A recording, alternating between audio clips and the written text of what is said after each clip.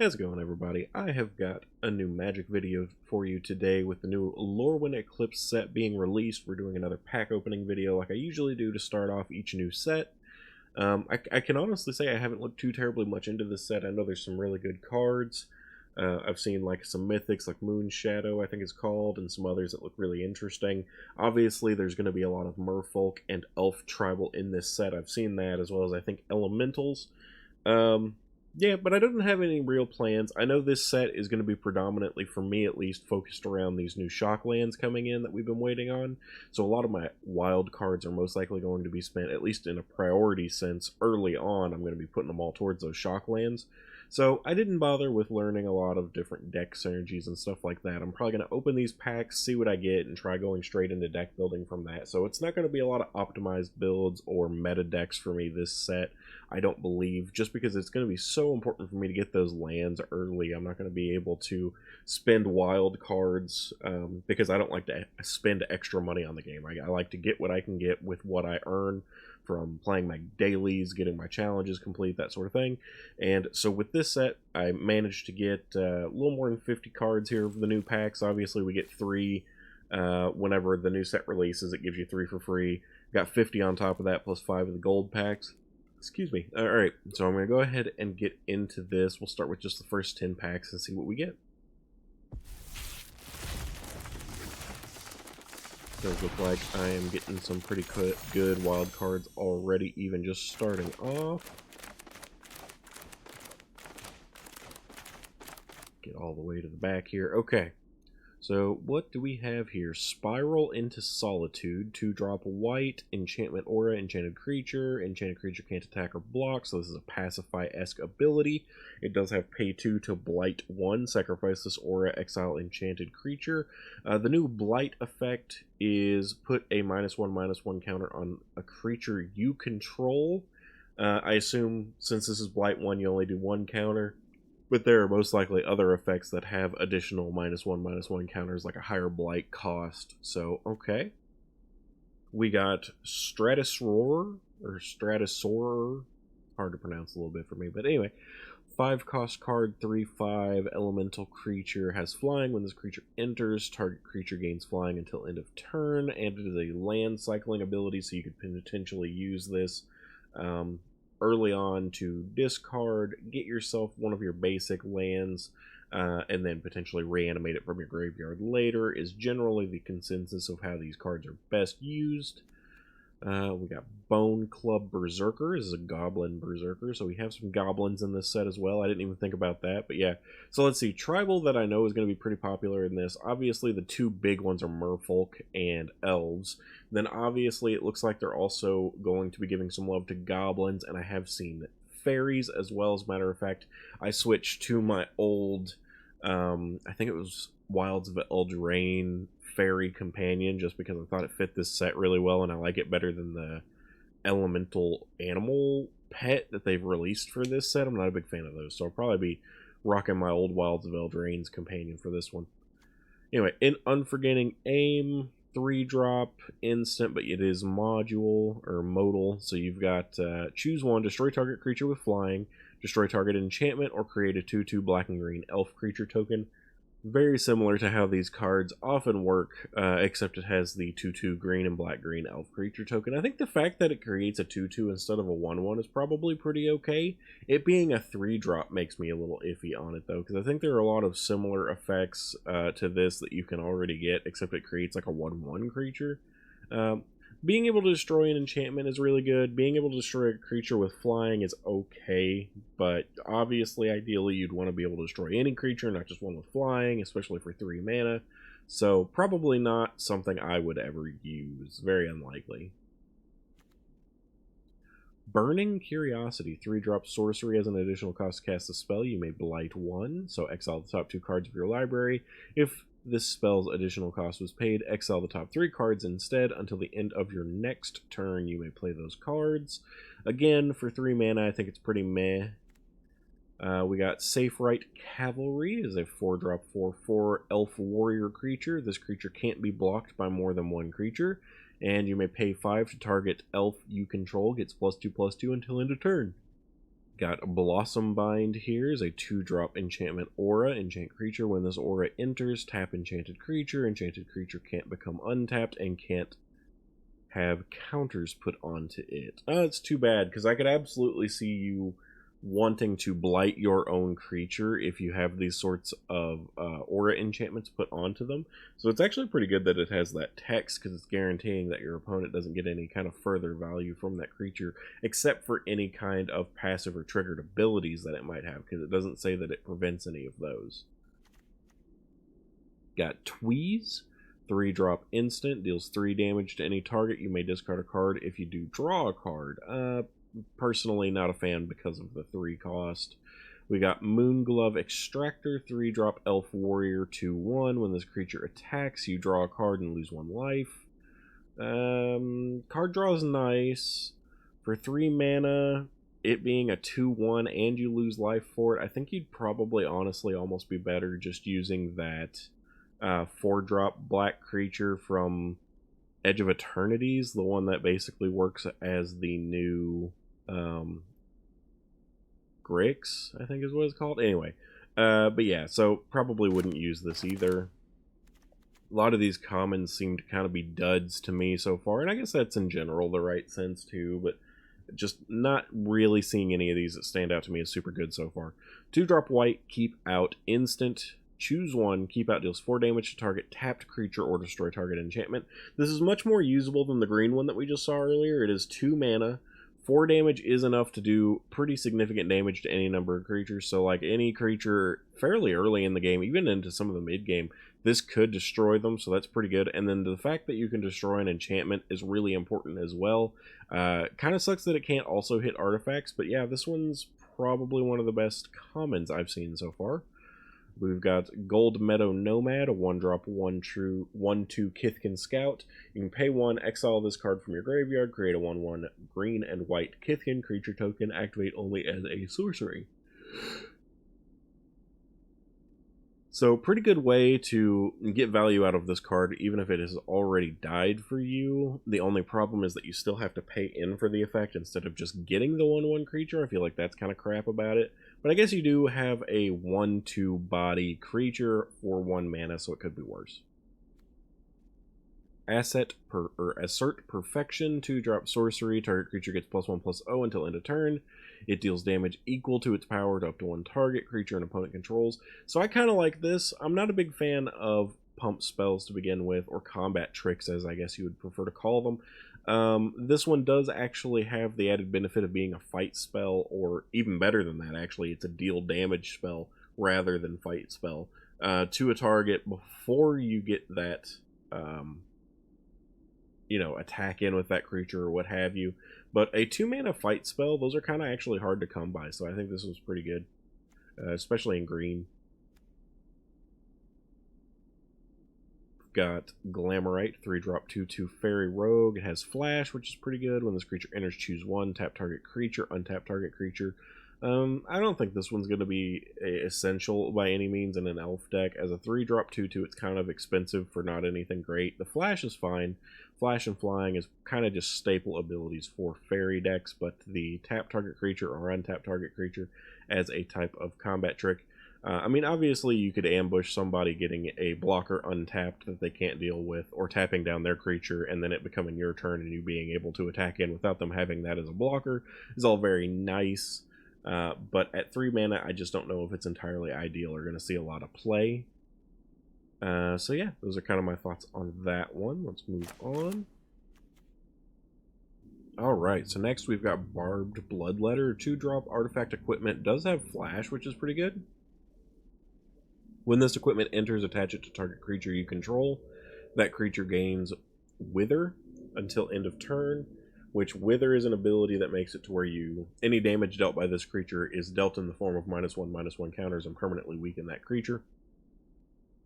Equipped creature gets +1/+2, and it has an equip cost for 2. I actually think this is a really good equipment. It's only a 2 cost to play it to begin with, has Flash and automatically attaches to a creature, which is all fantastic, and its equip cost is only 2, so it's not exorbitant whenever you have it out on the battlefield and need to move it. So this is an equipment I would absolutely consider using. We've got Wonderbrine Preacher, 2-drop 2/2 Merfolk Cleric. Whenever this creature becomes tapped, you gain 2 life. Overall, I think this is probably pretty doable. If you were going for, say, a Azorius Merfolk deck, this could absolutely be usable. It's only a 2-drop. It is a 2/2 creature, so you'd prefer a little bit more than that, but the fact that you get the upside of gaining life anytime this creature becomes tapped, that's actually really good, especially since you probably in a Merfolk deck want to put in the I don't remember what it's called, but there's an enchantment that's anytime a non-token Merfolk you control becomes tapped, you get to create a 1/1 Merfolk that has like hexproof and stuff. So you want to put in mechanics that allow you to tap down your own creatures aside from just attacking, so that you can capitalize on getting those tokens from that. So this actually becomes a really useful card in that sense. We've got Blightrot, 3-drop, put 4 -1/- counters on target creature. I think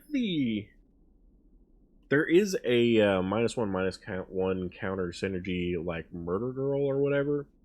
I think that'll be really fun to play synergistically with a lot of these Blight effects. Maybe this could be used in some kind of deck like that, but at 3 mana, I think this is probably just not good enough. Tributary Vaulter is a 3-drop 1/3 Merfolk Warrior with flying. When this creature becomes tapped, another target Merfolk you control gets +2/+0 until end of turn. This one is not as good as the 2/2 that we just saw. The fact that it has flying is okay, I suppose. 3 mana 1/3 is pretty bad, though. The +2/+0 until end of turn whenever it becomes tapped could be useful, especially like what I was just talking about, how you're trying to capitalize on the non-attacking tap effects, but I just feel like this one's too expensive with not enough power and toughness behind it. Got another Burning Curiosity here. Let's see, Gristle Glutton, 2-drop 1/3 Goblin Scout. You can tap it and Blight 1 to discard a card if you do draw a card. Personally, I think this is pretty bad. I'm not a big fan of discard draw effects. They're really primarily have their place either in, say, a Reanimator deck or a Monument to Endurance deck, and I just don't play a lot of those. I do like Reanimator, especially with Rakdos now having Blood Crypt available again, so maybe there's some usefulness there for 2 mana.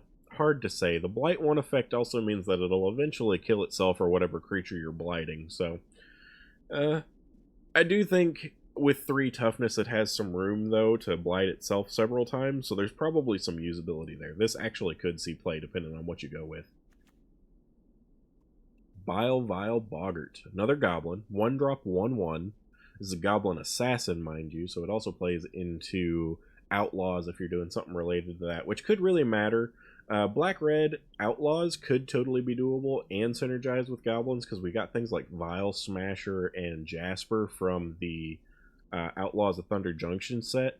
So I do think these kind of things do have some synergy built in with that set that could be interesting to play off of.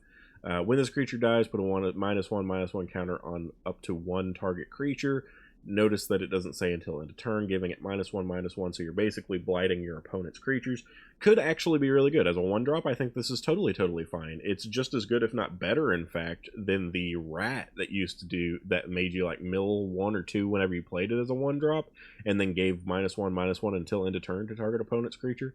So, yeah, I could absolutely see you using this. This one actually looks really good, especially for a common. For a common, that's a really good card.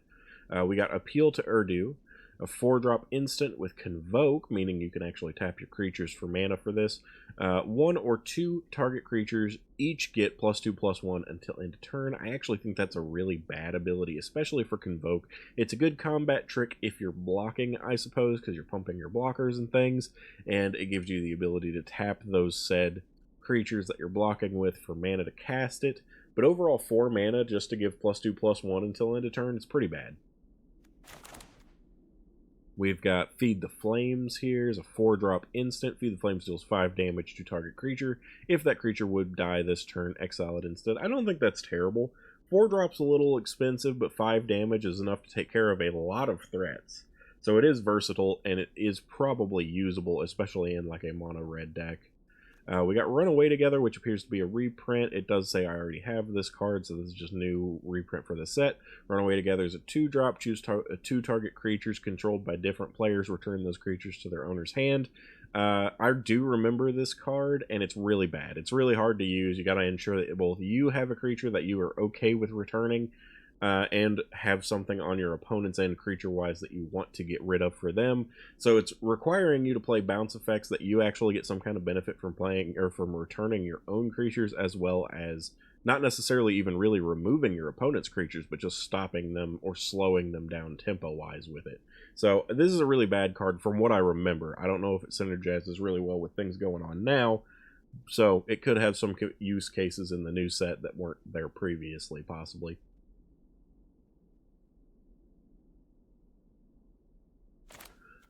Got another keep out. We got Silvergill Peddler, 3-drop 2/3 Merfolk Citizen. Whenever this creature becomes tapped, draw a card, then discard a card.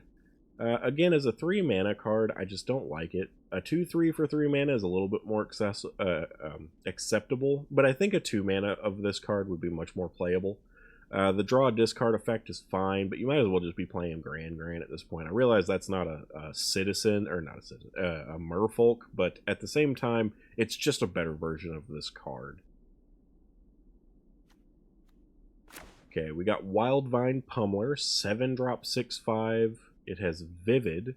This spell costs 1 less to cast for each color among permanents you control. So if you're playing a largely multicolored deck, this could be done.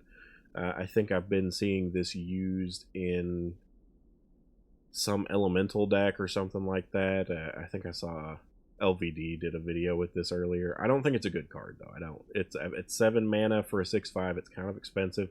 Even with the Vivid reducing the cost, if you're not running like an extremely multicolored deck, this is still just more difficult to cast. It does have Reach and Trample, however. Trample's awesome. Reach is going to be really important with fairies and flying merfolks and such going on right now, so it could be played, but I personally don't like it because you're looking into running more and more colors. And in my opinion, your more reliable decks are going to be fewer colored than others. So that's just my overall stance on it. But, it may actually find some good use as you continue into the set. I'm not sure. Stoic Grove Guide is a 6 mana 5/4. Elf Druid. It is black and green, where you could play hybrid, so you could play either or. 2 mana, exile this card from your graveyard, create a 2/2 black and green elf creature token, activate only as a sorcery. So if you somehow get this into your graveyard, you still have value from it to try and get that 2/2 elf creature token. But I don't see any other kind of discount mechanic or benefit that you get from having this out on the field that really weighs in enough for you to be happy that you had that. It's almost like you would be including this in your library just so that when it's in the graveyard, you get that 2/2 black and green elf creature token. Therefore, I think you'd be better off just playing a cheaper elf. So yeah, that's my thoughts there. Speaking of a cheaper elf, this is a Dawnlight Archer, 3-drop 4/2 with Flash and Reach. I will say as a 3 cost, it still might be a little bit expensive for a 4/2 because that 2 toughness is pretty bad, but it has Flash and Reach, so it's really, really good for ambushes. Absolutely, at the very least, a better choice probably than going with this Elf Druid. So there's that. We've got Chitinous Graspling. It is a 4-drop 3/4 Changeling with Reach. Changeling means that it has every creature type. It's a shapeshifter. So that's actually really good because that's going to let you play this into goblins. It's going to let you play it into elves. It's going to let you play it into fairies, into merfolk. And 4-drop 3/4 with Reach is actually pretty decent, especially for a common. So this is pretty good. You could even play this in like a dragon deck or what have you. I remember not long ago they had the dragon pirate vampire whatever deck that was playing off of all those things. Shapeshifters were a big part of that. This is a new one in standard that could be used, so not bad. Very interesting. We've got Gravel Gill Scoundrel. Sorry, I had to read over that several times to fully get it. 2-drop 1/3, which is pretty decent stat wise. It is a merfolk rogue, so it synergizes both into merfolk and outlaws. Has vigilance, so whenever this creature attacks, you may tap another untapped creature you control. If you do, this creature can't be blocked. Gives you the ability to have an unblockable 1/3 with Vigilance. Not terrible. I think long term you're probably going to be better off using that rat that is a 1/3 with Vigilance that lets you remove abilities from something every time you attack with it, but still, this being a Merfolk synergy may be as useful. Let's see here. This looks like the next new one. We got Bog Slither's Embrace. 2-drop sorcery as an additional cost to cast the spell Blight 1 or pay 3, exile target creature. The additional cost makes this more prohibitive because you're basically paying 5 mana for an exile target creature card at that point, unless you want to blight one of your own creatures. Maybe you have something that plays into that and you don't mind. But I personally don't love this one super much. As a 2-drop, it's much more playable, but since it's basically actually a 5-drop, I don't love it. Alright, let's see what we got here next. We got Marrow Skyswimmer is a 5-drop in Azorius colors, 2/2 Merfolk Soldier. Does have Convoke, so you can get the discount by tapping your creatures for mana instead. Flying, Vigilance when this creature enters. Create a 1/1 white and blue Merfolk creature token. So it creates 2 bodies, but a 2/2 for 5 mana is pretty disgusting. It does act as an outlet that allows you to tap your own Merfolk creatures, which goes well with that enchantment that I spoke about earlier, so could have some usefulness in that as a mechanic for you to tap without attacking, but I think it's just really bad for that mana cost, to be totally honest. Guiltleaf's Embrace, 3-drop enchantment aura with flash. Enchant creature. When this enchantment, or when this aura enters, enchanted creature gains trample and indestructible until end of turn and gets +2/+0. As flash, this is essentially just a combat trick, but it does last longer than end of turn, so you do have added benefit coming from that. Probably more usable than just a standard, +1/+0 and trample until end of turn kind of buff, but I don't know that I would use this personally. Maybe in a Selesnya enchantment deck. That's what I think that this could actually have some merit, I think. We've got the Gallant Fellow Knight, a 4-drop 3/4 Kithkin Knight. When this creature enters, creatures you control get +1/+0 until end of turn. Kithkin creatures you control also gain first strike until end of turn.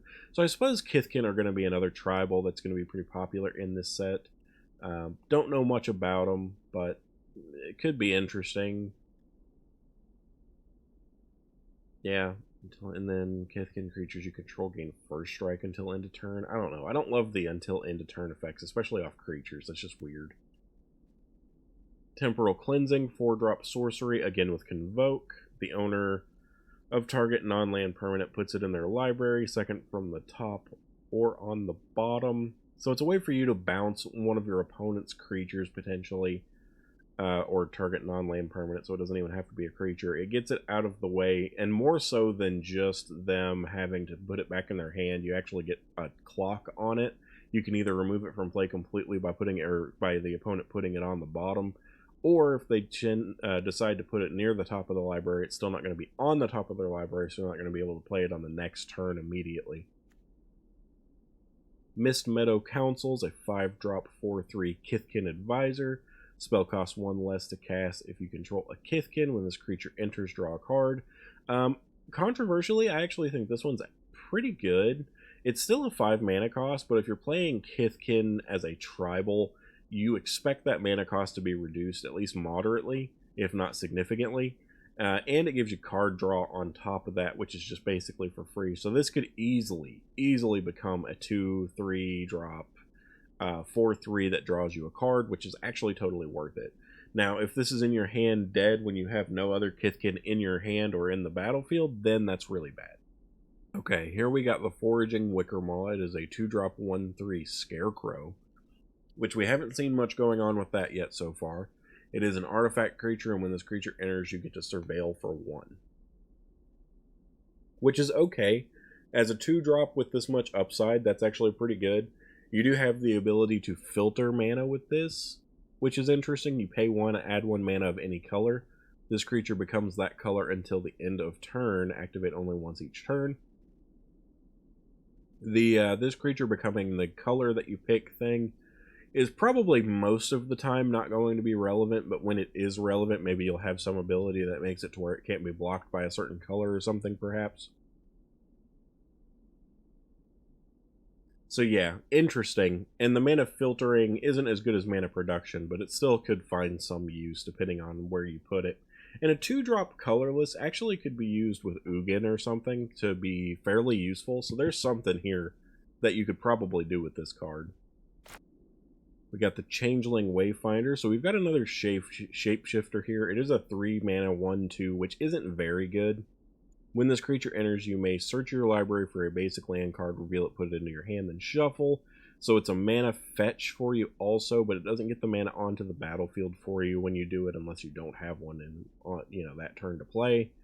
I don't love it. The shapeshifter means that there's some potential here, but and the ability's good, but a 3 mana 1/2 is just bad. Spiral into Solitude. Did I already look at this one? I did. Okay, so we'll move on. Furdok Core is a 3-drop Kindred Artifact Shapeshifter, which is interesting, because that would suggest this has some way to become a creature, and it does. Okay, has the ability to tap, add 1 mana of any color, which is at least slightly better for a 3 mana card. 3 mana for a mana rock is kind of still a lot, but this does have pay 4. This artifact becomes 4/4 artifact creature until end of turn. So let's say that you're playing something, for example, like an Ugin deck. I have in the past played an Ugin deck that used the 3-drop artifact that allows you to put 1/1 counters on dragons when you play them if they were used for spending mana for them, as well as I think that's it. I really do. I think you can tap it for mana, and if you use that mana on a dragon, that dragon enters with a 1/1 counter. You could do this instead of that. Still get the +1 mana of any color, but then have put this in an Ugin deck to where it's colorless so you can trigger Ugin's ability. I don't love it, but it could be used in that way. I think you're probably still better off, though, going with just like a whatever the 2-drop tap for colorless is. That would probably be better.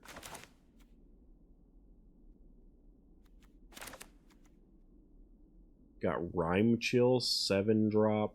Does have Vivid, so 1 less to cast for each color you control. I still think Vivid's much worse than something like -1/-1 or -1 mana for having more creatures of a certain type, that sort of thing. So Vivid, I think, is worse than that, because at best you're not going to be getting near the amount of discount that you could from other things. But anyway, tap up to 2 target creatures, put a stun counter on each of them, and draw a card. The stun counter is good because at least they don't untap after being tapped right away, but at just the expense of this card, how expensive it's going to be most of the time, it's not worth it in my opinion. Springleaf Drum. This is actually a reprint, because I used to have Springleaf Drums in physical cards a long time ago. Anyway, 1-drop artifact, so also a good thing potentially for that Ugin deck. It is a 1-drop colorless artifact spell, so it would trigger Ugin's ability, and it's something you can get out quickly on your first turn. Tap an untapped creature you control, add 1 mana of any color. So if you have creatures that are not in fact mana dorks playing in, let's say black, white, what have you, with that Ugin deck, you can use this to help accelerate your mana ramp. I actually think this is a really good card for Ugin decks specifically, but then also just in general, this actually is decent mana ramp since it's only a 1-drop. I wonder if this allows you to use Badger Mole Cub with creatures that normally wouldn't tap for mana to produce more. I would have to look at the wording on the cards and kind of see how that works, but that would be a really cool interaction if true. Eclipsed Elf is a 3-drop in black or green, so it doesn't have to use both. It could be one or the other. It is a 3/2 for 3, which is, it's alright. It's alright. It's not great. When this creature enters, look at the top 4 cards of your library. You may reveal an elf, swamp, or forest card from among them, put it into your hand, put the rest on the bottom of your library in a random order. So you can get a land that you need, you can get an elf, so if you're already playing elves, this actually kind of synergizes pretty well and isn't horrible. I really, really would love this card if it was a 2-drop, but as a 3-drop, I'm on the fence on it, so interesting. We got Prisma Basher. This is a 6 cost, 6/6. Pretty meh. It is an elemental. We got Trample, and then it has that Vivid ability. It does get, let's see, when this creature enters, up to X target creatures you control get +X/+X until end of turn, where X is the number of colors among permanents you control. So not only does it itself get a mana cost reduction, but it also applies a temporary buff to certain amount of creatures on your board based on that Vivid, or based on how many colors of mana that you're using in your library for this. And it's entirely dependent on what you have on the field at the time. So if you don't have any other colors out right now, there's no discount. But if you play into it properly, it could work. But I actually still really don't like this Vivid mechanic personally. I don't think it's good enough. I really don't. Lofty Dreams. I don't know if I've already looked at this one, but 5-drop Enchantment Aura has Convoke, so still plays really nicely into those sorts of Merfolk decks, in my personal opinion. Because again, you're going to be playing off that enchantment where you tap your Merfolk. This gives you that Convoke ability on a spell to where you can tap things without having to actually attack with them. And then when it enters, you draw a card, which is pretty nice. And the creature gets +2/+2 and permanent flying, not until end of turn. This one actually is pretty good. It is a 5 mana cost if you don't have things, but like, you're going to put this, like I said, probably in a Merfolk deck. You're going to end up tapping multiple creatures to try and get those whenever you tap your creature effects. Like I said, I would put this probably in an Azorius Merfolk deck if I was looking at it just off the top of my head. You're going to get that Convoke effect. You're going to get a permanent +2/+2 and flying buff. Flying is going to be really important right now because of fairies and things like that. So yeah, I actually like this one. Hovel Hurler, 5-drop in red or white. It is a 6/7 for 5, which actually isn't that bad. And this creature enters with 2 -1/-1 counters on it. That makes it worse.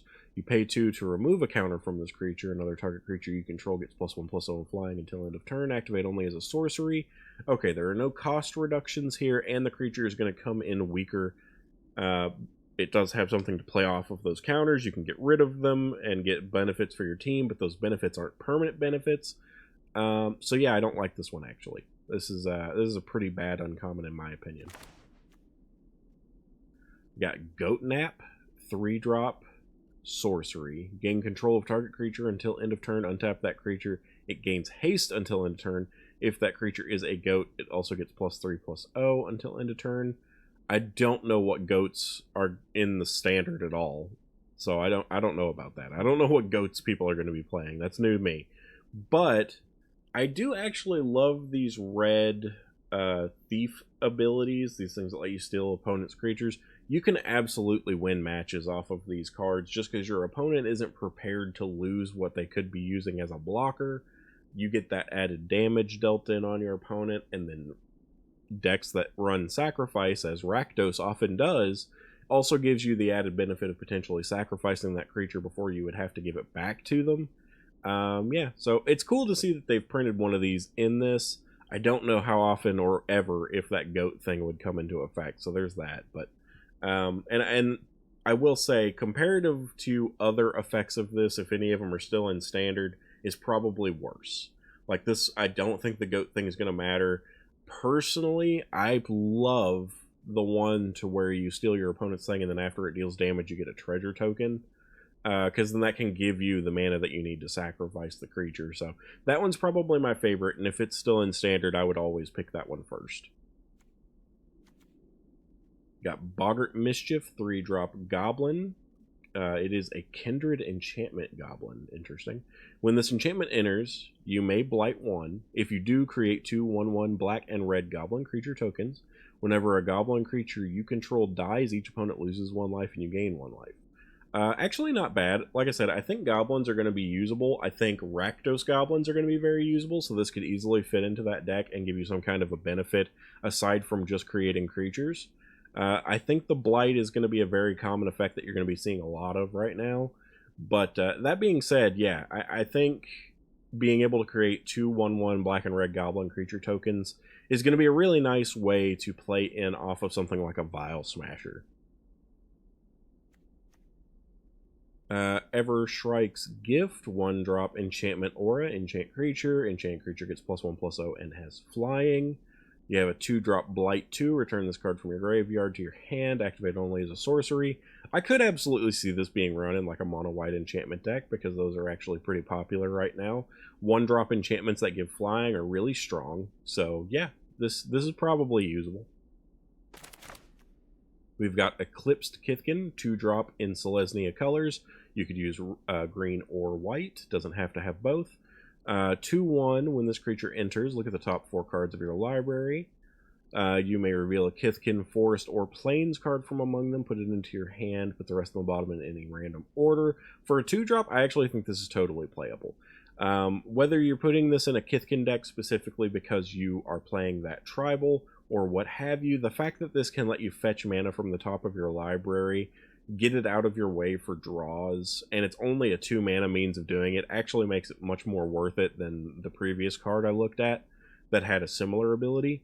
But yeah, so this one I actually like. Wanderwine Farewell, 7-drop Merfolk. It says Kindred Sorcery. How is it a Merfolk and a Kindred Sorcery? That's really strange to me how that works. I'm sure it somehow still plays into the tribal effects, but I just don't get it.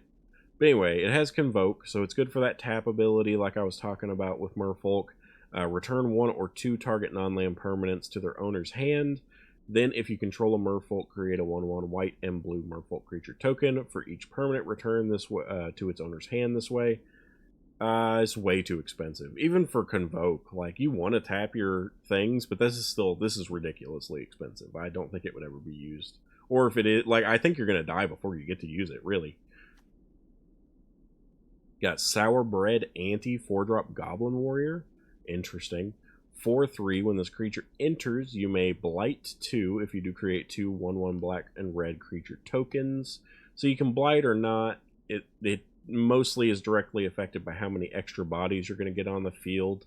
I'm going to be honest, I'd probably rather go with like a Krenko or something like that, especially for this mana cost, but I mean, it's still interesting. Blossoming Defense, 1-drop instant, target creature you control gets +2/+2 and gains hexproof until end of turn. Actually, I think this is a totally fine alternative to something like a Snakeskin Veil. The hexproof is really fantastic. It doesn't give your thing indestructible, but the +2/+2 buff is really nice and can get around a lot even if it didn't give the indestructible.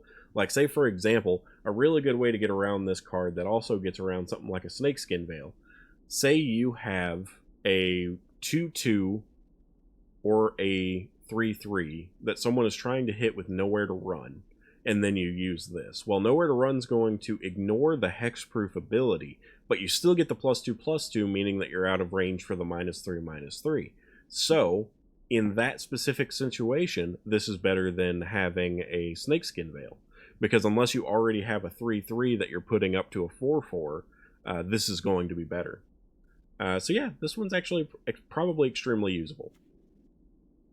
Kinsbale Aspirant, a Kithkin Citizen. For 1, it is a 2/1. As an additional cost to cast a spell, behold a Kithkin or pay 2. So you can reveal a Kithkin either from the battlefield or your hand.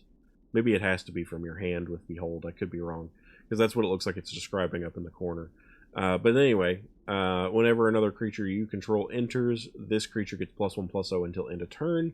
Could be really good if you have a way to flood the board with a whole bunch of Kithkin very quickly, and is cheap. So, I mean, being cheap for a 1-drop creature that you can play as a 2/1, that's actually pretty okay. We've got Shimmer Creep. This looks like a goat. Notably, does not say that it is a goat, so it does not play into that goat ability that we saw earlier. Anyway, 5-drop 3/5 with Menace and has the Vivid. So, when this creature enters, each opponent loses X life, and you gain X life, where X is the number of colors among permanents you control. I still think Vivid is just a bad ability in my mind, so I don't love this, especially with how high the mana cost is for it. So far, I really don't like this Vivid mechanic personally. I think it's very bad, and I'm probably not going to be playing into it ever. I don't know if I looked at this one. Yeah, this is the 1-drop flying enchantment. Okay, so we're good there. We finally made it to the first of our rares. We'll go ahead and just reveal all of those and look them over. We've got a mythic wild card, which is pretty nice. Did get a steam vent, so that's one less shock land that I'm going to have to work on getting. So I'm super happy about that right off the bat, just because any of these that I get means less of them I'm going to have to spend wild cards on. But let's see here. We got Bray of Clan Stoutarm. I think that's what that says. It's a 4-drop 4/4, which is acceptable. Legendary creature, Giant Warrior.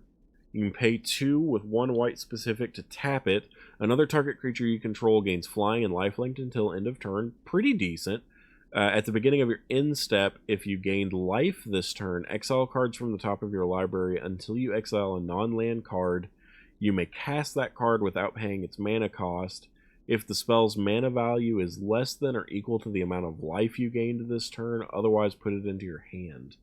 I love that ability. I think that ability is great because it's letting you cast things for free off the top of your library, especially if you gained life this turn. And this is in Boros colors, so you can do Lightning Helix and things like that with it.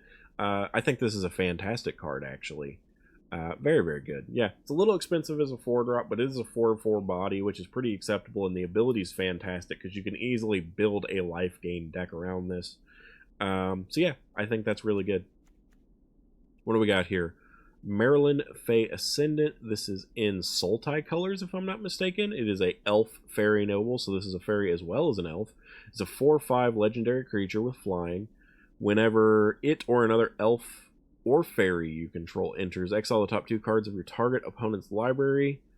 Once each turn, you may cast spells with mana value less than or equal to the number of elves and fairies you control from among cards exiled with it this turn without paying its mana cost. So, if you're playing up against a fairy or an elf deck, and you have forced your opponent to mill cards with this card, you get to play those cards for free. I think this is a fantastic card too. This one looks super, super fun. Fairies and elves are totally going to be relevant now. So if you're playing Sultai of any kind, this looks like a really fun way to play off of your opponent's cards. We've got Ashling's Command, is Zet Colors 5 mana, Elemental, Kindred Instant Elemental, so you got 2, choose 2, create a token that's a copy of target elemental you control, target player draws 2 cards, Ashling's Command deals 2 damage to each creature that player controls, or target player creates 2 treasure tokens. I actually think this is great, and it's because it's so modular. You get to choose 2, which is already really good, and then it has a lot of abilities depending on your circumstances that could be extremely helpful to have. If you're playing this in an elemental deck, being able to flat out just copy one of your elementals is really nice. That's essentially the same as having a 3 steps ahead and going for that copy effect. You can draw cards off of this, you can create mana off of this, or you could even just deal damage to creatures to try and do a board wipe if they're playing, like, honestly, Badger Mole decks and stuff. This will hit it. This will hit it hard. And it's totally worth it. It is 5 mana, so you got to survive until that point. That could be the difficult part, but I think this is really interesting. Harmonized Crescendo. It looks like this might be a reprint. It is a 7-cost instant with Convoke on it, so you can at least tap your own creatures. Choose a creature type, draw a card for each permanent you control of that creature type. So it works really well with Merfolk primarily, but could also very easily fit into a fairy deck, probably. Yeah, interesting. Let's go ahead and move on from here, but this could work. It's still extremely expensive, that's the problem, but you at least get to draw cards, which is nice. Brigid, Klachin's Heart. I'm not entirely sure if I said any of that right. Legendary creature, Kithkin Warrior. It looks like it's primary in Selesnya colors because it's white to begin with, but does have a green portion to it. Whenever this creature enters or transforms, create a 1/1 green and white Kithkin creature token. At the beginning of your first main phase, you may pay green if you do transform it. So, pretty easy to transform. I've seen a few of these kinds of effects, like on Emptiness. Whenever it is the Brigid Doan's Mind, it is a green 3/2 that has tap, add X green or X white, where X is the number of other creatures you control at the beginning of your first main phase. You may pay white to transform it back. So interesting. If you're wanting to keep creating more Kithkin, you could, continue that transform effect indefinitely. Just keep going back and forth, which will create the 1/1 Kithkin, and then transform create the other ability. So not bad, not bad at all. And as a mana dork, so could be potentially really useful. Could even tap it for its own transform ability potentially there on that main phase. So yeah, pretty interesting. Let's see here. We got Grub Storied Matriarch. This is a Goblin Warlock in Rakdos colors. Is a 2/1 for 3 with Menace. Whenever this creature enters or transforms into Grub Storied Matriarch, return up to 1 target Goblin card from your graveyard to your hand. At the beginning of your first main phase, you can pay 1 red if you do transform it. Once it has been transformed, whenever Grub attacks, you may blight 1. If you do, create a tapped and attacking token that's a copy of the blighted creature, except it has at the beginning of the end step, sacrifice this token. That's really interesting. This synergizes with goblins. It synergizes with what's it called? Outlaws, because it's a warlock. It is and it has a really cool transform ability that also plays into sacrifice. So you could do so many things. You could do goblins, you could do outlaws, you could do sacrifice. Any of this card fits into that realm, and it's only a 3 cost, which is doable. So I actually like this one quite a bit. I don't know what I would do with it, but I do think there is absolutely a world where it fits into any of those 3 archetypes I described. Alright, this looks like a Catharsis. It is in Boros colors. 7 costs, so pretty expensive. Elemental Incarnation. When this creature enters, if 2 white was spent to cast it, create 2 1/1 green and white Kithkin creature tokens. When this creature enters, if 2 red was spent to cast it, creatures you control get +1/+1 and gain haste until end of turn. And it has Evoke. You may cast a spell for its Evoke cost. If you do, it is sacrificed when it enters the battlefield. So if you want to play 2 in any combination of Boros colors, so double white, double red, or red, white, red, whatever, then you can do that, but then it has to be sacrificed. I don't think Boros is really the colors that you're often going to be playing in to get that kind of sacrifice outlet. However, you could put this in Rakdos, you could put this in Mardu. So in those senses, this could be used with Sephiroth or something like that, and then, yeah, you're getting some good value there. I think Emptiness is probably better for those types of colors, but this is doable. I want to make that clear. So a 2-drop 3/4 is fine, but if you do the 2-drop, then it's going to die at end of turn. As a 7-drop, I think this card's terrible, but alternatively, there's a lot to it that's actually pretty good, as long as you don't consider playing it really for a 7-cost card to begin with. Though if you do cast it for its non-evoke cost, you are getting the potential to do both of its double white, double red abilities in 1 cast. So there is that. And then we got a Mythic Wild card. Alright, so that's our first batch of 10 packs through. Let's get into the next. We've got a lot to get through today, so this is going to be a pretty long video.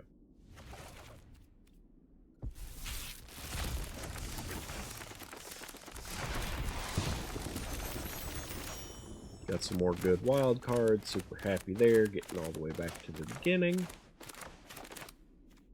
Alright, trying to look over the ones that we've already gotten without necessarily picking them. We've got Auntie's Sentence, is a 2-drop sorcery.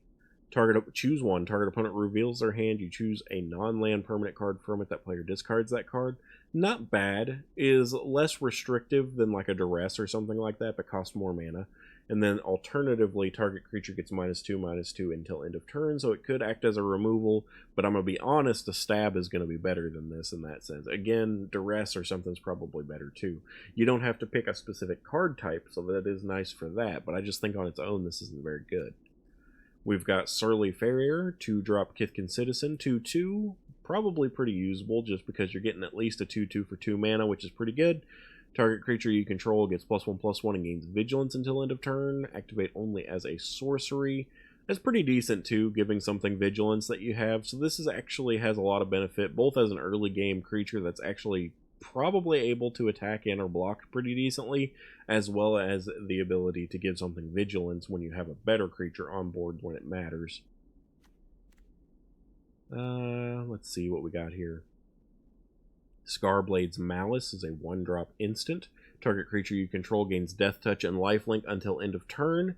When that creature dies this turn, create a 2/2 black and green elf creature token. I actually think this is a pretty good combat trick slash removal spell. You could do this in a sacrifice deck or something like that, where you've got a lot of like 1/1 creatures or things that you don't mind losing, and then just giving them Death Touch to make sure you blow out a good block or attack. It being instant, you can ambush people with it, so I don't hate this one. I think this is probably fairly usable in like a sacrifice deck, for example. Mischievous Sneakling is a 2-drop into mirror colors. You could use blue or black. Changeling Shapeshifter with Flash, 2-drop, 2/2. Good ambusher. I don't know that it would be used instead of like a Flood Pit's Drowner in most cases, but it is very good if you're going tribal with it. So having a Shapeshifter for those tribal decks is actually pretty interesting. Unexpected Assistance, 5-drop instant with Convoke, so you can at least tap your own creatures for it. Draw 3 cards, then discard a card. I mean, for drawing 3 cards, that's pretty decent. 5 mana is still pretty expensive for this, especially, like I said, you do have Convoke, so you get some kind of a cost reduction there, but you are going to be discarding one of the cards that you draw. I'm on the fence with this one. It's probably playable, but I don't think it's fantastic, because most decks where you're going to want to use this, you're probably not playing creatures. Alternatively, this could be used in a pretty aggressive Dimir deck or something, potentially, to where you're getting that Convoke cost off of a lot of 1/1, 2/2 creatures, things like that, where you'd probably play Kaito. And then it's probably better, but then it requires you also to not attack with your creatures on that turn. So it's still really a coin flip for me. I don't know how much this one's going to see play.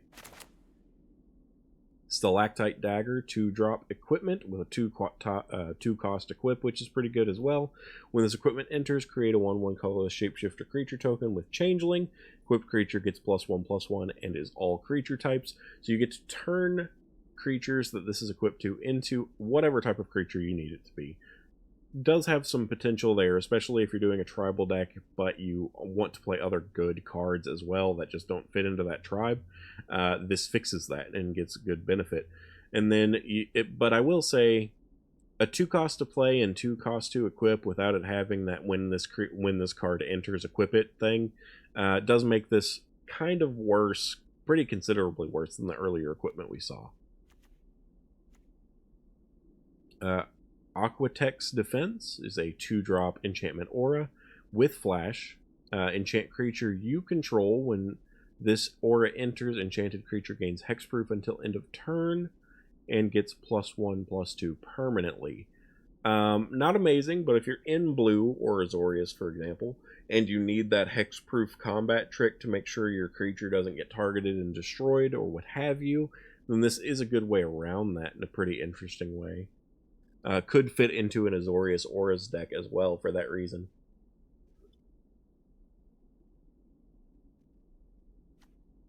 We've got Feisty Spikeling, 2-drop Shapeshifter, 2/1. During your turn, this creature has First Strike. First Strike's pretty decent. As a 2-drop, it's probably playable. I'm not going to assume or say that it's perfect, because it is just a 2/1, but First Strike's pretty nice. And it could fit into that kind of Azorius deck or something that I was talking about as well, because you could play this in any deck that has white or red. It doesn't require specifically both or anything like that. Riverguard's Reflexes, 2-drop in white or instant. Target creature gets +2/+2 and gains First Strike until end of turn. You do get to untap it, so it's a really good ambush-style combat trick. Going to be fantastic for producing a blocker for you. However, I just don't like combat tricks. But you could, again, this could go really good in like an Azorius Merfolk deck or something like that when you want to make something block that otherwise would not be able to. Not to mention you're going to be convoking your Merfolk and stuff like that, making them look like they're tapped, so your opponent's going to be more confident about attacking in. So this can help in that regard, probably. We got Great Forest Druid, 2-drop 0/4 Treefolk Druid. It is a mana dork that can be tapped for mana of any color. The fact that it can tap for mana of any color is really good, and the fact that it has 0/4. It doesn't have any power, but that's a really good defensive creature to get out early for a mana dork. So this is actually probably pretty playable, especially when you take into consideration Badger Mole being in Standard. So I think this is actually pretty okay. Maybe not as good as something like that spider that can be tapped and untaps if it was something at 4 mana value or more. But I could consider this being a pretty decent card.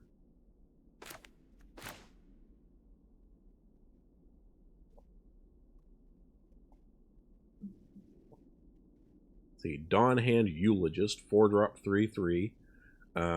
Elf Warlock with Menace. When this creature enters, mill 3 cards. Then if there is an elf card in your graveyard, each opponent loses 2 life and you gain 2 life. 4 mana 3/3 isn't fantastic. Menace isn't really that great either. It's good because it does require multiple blockers, but for a 3/3 I don't think it's worth it on this. We've got 10 the Sprigs, 3-drop sorcery, search your library for a basic land card, put it on the battlefield, tap, then shuffle. Then if you control 7 or more lands and or tree folk, create a 3/4 green tree folk creature token with reach. I think this is still going to be just worse than your 2-drop fetch type cards that are going to get it on the battlefield for you. You do get the side added benefit, but yeah, I don't think for 3 mana it's going to be worth it. Flaring Cinder, 3-drop in Zet colors in red or blue, so you don't have to have both. Elemental Sorcerer, 3/2 creature. When this creature enters, and whenever you cast a spell with mana value 4 or greater, you may discard a card. If you do, draw a card. I don't love it, but I don't hate it. I could see this in a deck, maybe with something like Trumpeting Carnosaur, and so like maybe in like a mono red or even a Rakdos type of Reanimator deck. I could see this being potentially usable. But at 3 mana, I just don't think it's very good. I think it's like 1 more mana up from when I think it would be playable. At 2 mana, this could be really great, but for 3, it's not. Blighted Blackthorn is a 5-drop Treefolk Warlock, 3/7. Pretty good stats, even for 5 mana. That's not terrible. Whenever this creature enters or attacks, you may Blight 2. If you do, draw a card and lose 1 life. Not the greatest Blight effect. Blight 2 is already pretty debilitating because then you're getting 2 of those -1/-1 counters and you're just getting to draw 1 card and lose 1 life. I feel like there's certainly some better stuff, even cheaper mana cost stuff that you could do for that role. So probably not great. Gangly Stompling, 3-drop in Gruul colors, so green or red, 4/2 creature, changeling with trample. The 2 toughness is concerning. Trample's good. Changeling's fine. Yeah.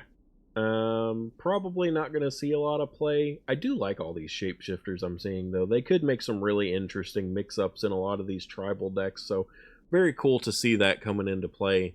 3-drop 4/2, though. Not sure about that. Reluctant Downguard? 3-drop Kithkin Soldier is a 4/4.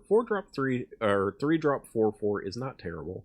This creature enters with 2 -1/-1 counters on it, so okay, it's already now considerably worse.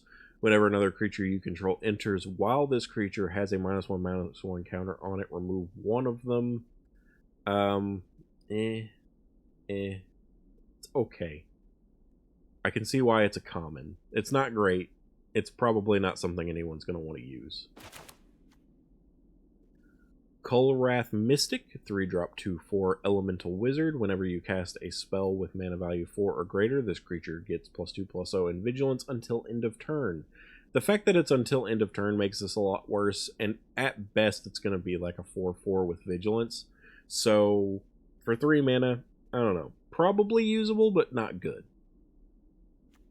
Got Timid Shield Bearer, 2-drop Kithkin Soldier. Creatures you control get +1/+1 until end of turn. For 5 mana, yeah, it's pretty bad too. Just not good enough. Stats aren't there. Already saw the reflexes. Wanderwine Distractor. 4-drop 4/3 Merfolk Wizard. Whenever this creature becomes tapped, target creature and opponent controls get -3/-0 until end of turn. For 4 mana, again, I just don't think this is good enough. It's not going to be as good as your other Merfolks that you're going to want to be playing. And it can't kill an opponent's creature. It just gives it -3/-0. It can help you get the blowout in a block or something, but I just don't like this. This isn't good enough for me. Flame Chain Mauler, 2-drop 2/2 Elemental Warrior for 2-drop 2/2, already fairly playable. Cheap mana stuff that at least has enough power and toughness to do what it needs to do when you get it out is usable. 2-drop, this creature gets +1/+0 and gains menace until end of turn, so it has fire breathing plus menace basically, but it is a 2 cost. I just don't think it's good enough. It's okay, and it has added benefit for later turns if you have nothing in hand to play, but I just don't think it's strong enough to kind of get that finish for you, get the kill for you when you need it. So I don't know about it. I'm leaning towards no, but this is something I'm kind of on the fence on, generally speaking. Now we got Iron Shield Elf here. I've actually seen that this one is very good.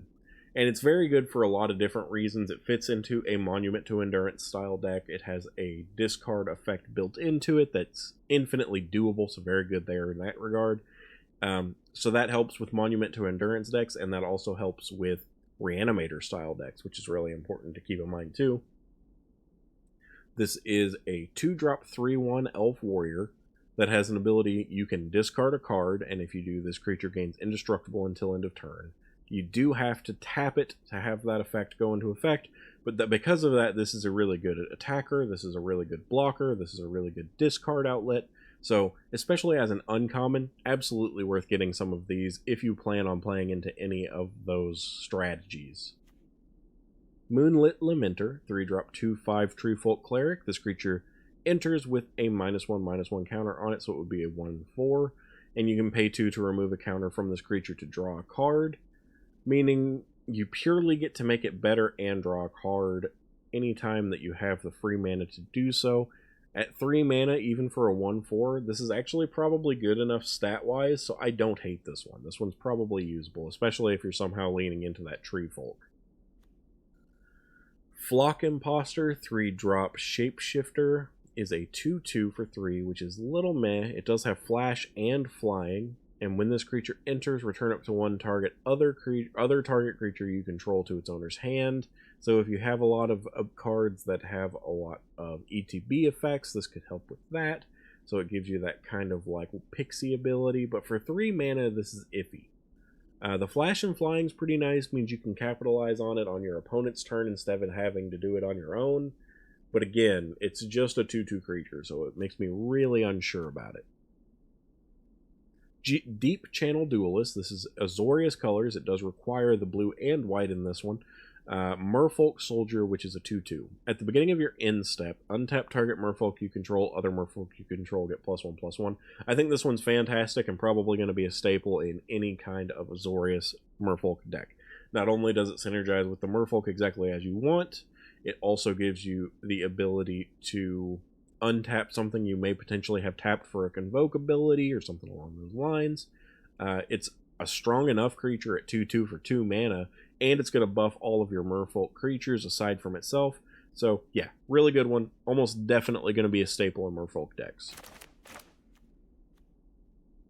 Unbury, 2-drop in black instant. It says choose 1, return target creature card from your graveyard to your hand. So already not terrible. Or the second option, return 2 target creature cards that share a creature type from your graveyard to your hand. Now I will say, this is much worse, being that it brings it from your graveyard to your hand instead of the battlefield.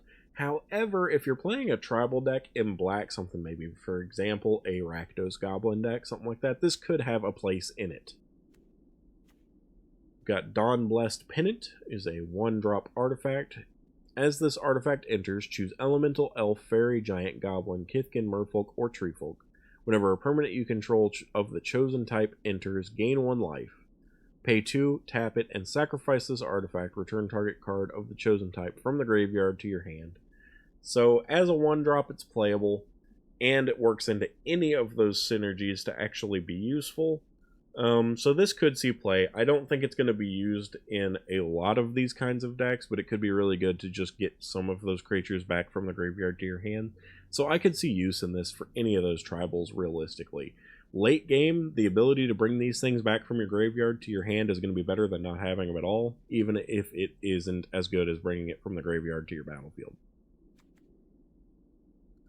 Thoughtweft Lieutenant is a 2-drop in Selesnya colors, Kithkin Soldier 2/2. Whenever this creature or another Kithkin you control enters, target creature you control gets +1/+1 and gains trample until end of turn. This is considerably worse than the Merfolk that we just looked at. It does have that ability to give +1/+1 and trample, but it's only until end of turn. So, yeah, probably usable, considerably worse than the Merfolk. Moon Vigil Adherents, 4-drop, 0/0 Elf Druid.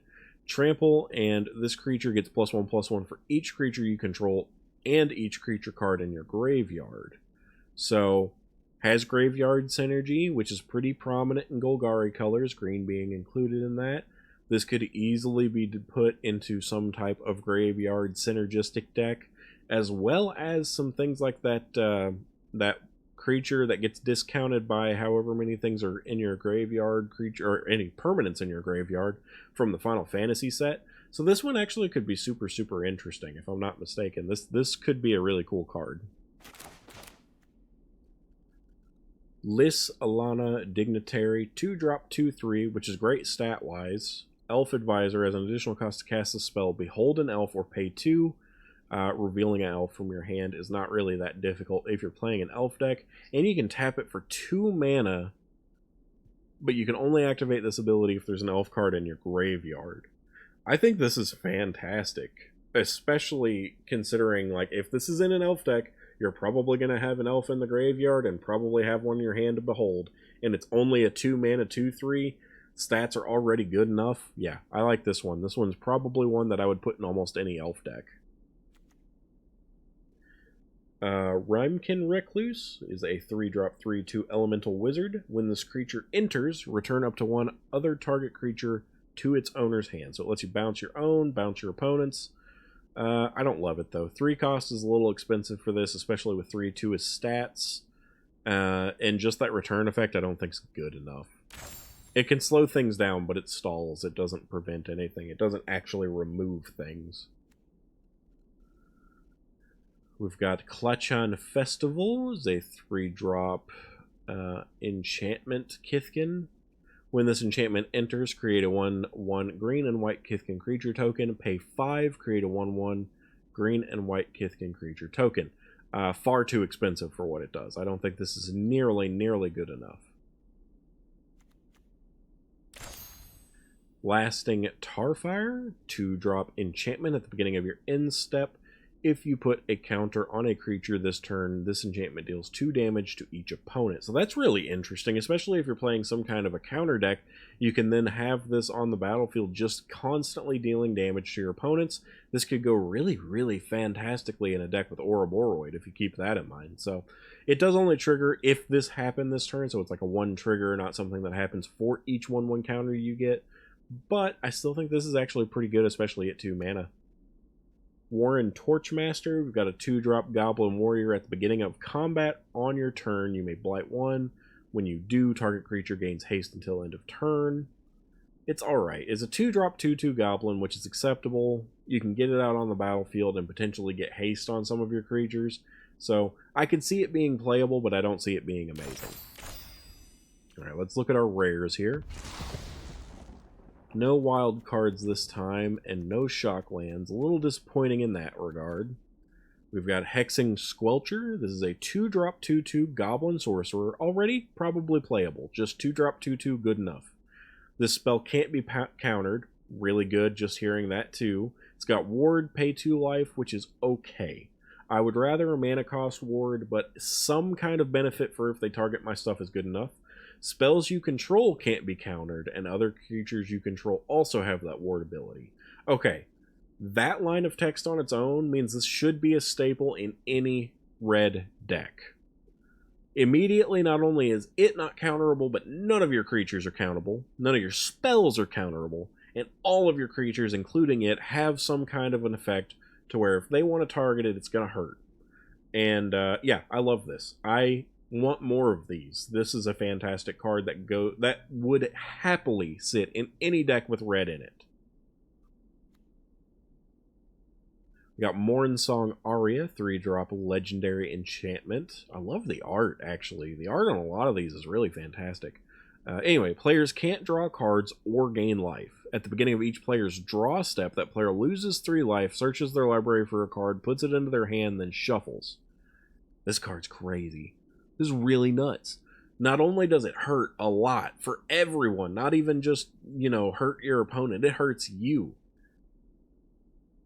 But then, oh gosh, this one's crazy. But then just think about that. Think about that. All these card effects that we've seen that are discard a card, draw a card, things like that. This ruins all of them. I like this. I think it's going to be a little gimmicky, probably fairly hard to play.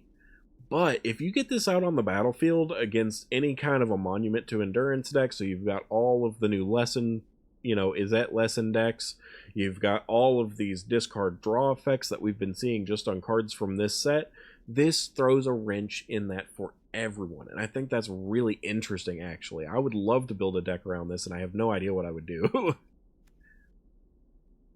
Tom, Mindful First Year, 2-drop in Simic colors, so green or blue. Gorgon Wizard. That's interesting. We've not seen Gorgons. Each other creature you control has hexproof for each of its colors. Okay, so that means that it gains hexproof for colors that it already has. So if someone is playing, let's say for example, this is a blue card because this is in a Simic deck, then it has hexproof against blue, meaning none of your opponents will be able to target it with blue spells such as bounce spells or things like that. Interesting. Tap it, target creature you control becomes all colors until end of turn, meaning that you can give it protection from all colors. Okay, really interesting there as well. This card is the perfect I don't want you to target me kind of card. Really nice. Ashling Rekindled. Did I look at this one earlier? I thought I might have. I guess not. 2-drop. This is an Azet one, it looks like, because it's red to begin with. Red 1/3 Elemental Sorcerer. Does have a blue flip side to it. Let's read this.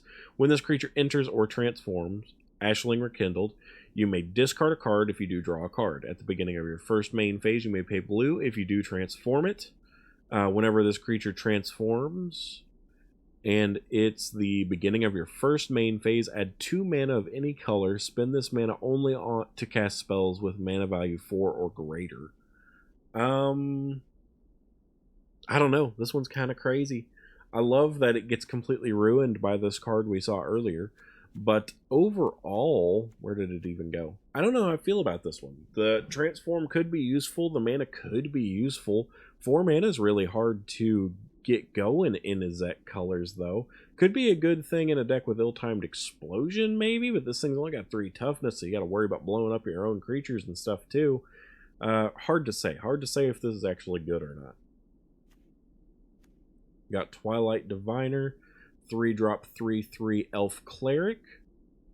I love the art. This thing looks crazy. When this creature enters, surveil 2. When one or more other creatures you control enter, if they entered or were cast from a graveyard, create a token that's a copy of one of them. This ability triggers only once each turn. So that's really interesting. This fits so well into a Reanimator deck, and a 3-mana 3/3 isn't that bad to begin with. Especially not since you get that surveil ability right off, too. I could absolutely see this in a Reanimator deck of almost any type, and it'd be good.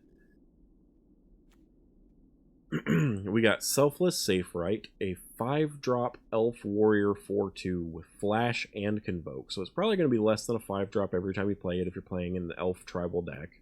When this creature enters, choose a creature type. Other permanents you control of that type gain hexproof and indestructible until end of turn.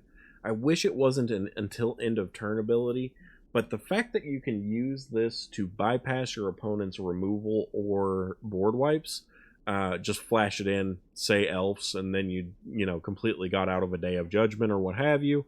So it's probably pretty playable, and probably even something you would want to have in your elf deck specifically for that ability to protect your things.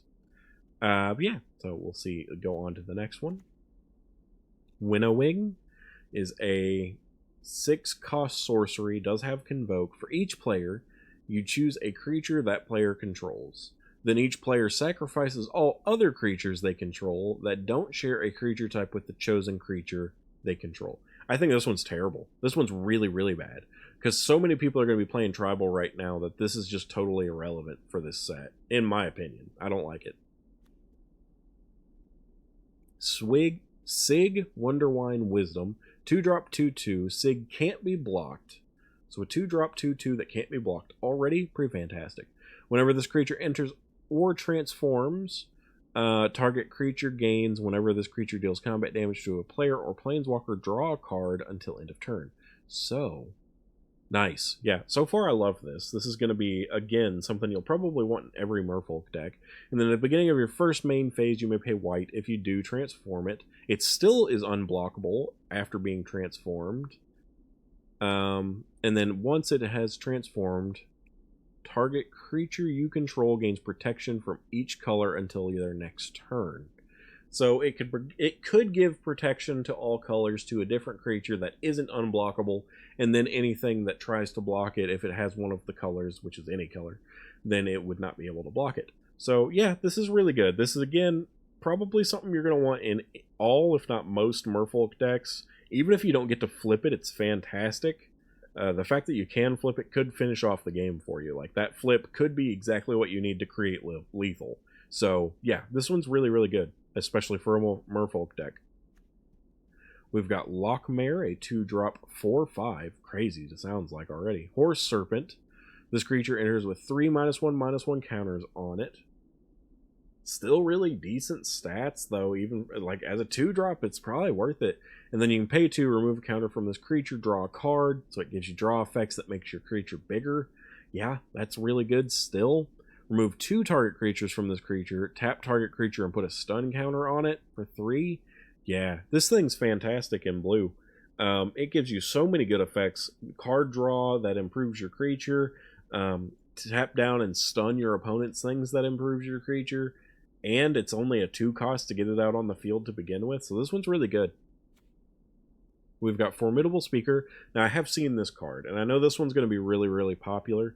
Is a 3-drop 2/4. When this creature enters, you may search, or you may discard a card. If you do, search your library for a card, reveal it, put it into your hand, then shuffle. Pay 1 and tap to untap another target permanent. So this is going to be really good in Reanimator decks, especially things like I was just talking about in Golgari that are going to be really good. It gives you the ability to discard something from your hand that isn't particularly useful, or even something that you may want to reanimate. So play this, discard something that you really want that's going to blow up the board, or give you all of your creatures back, whatever it does. Discard the thing you want to reanimate, and then fetch your reanimate spell when you do. So good. So good. And it's an elf, so it fits into elf synergies. Yeah, this one's going to be crazy. Alright, next 10 cards. Let's see what we got.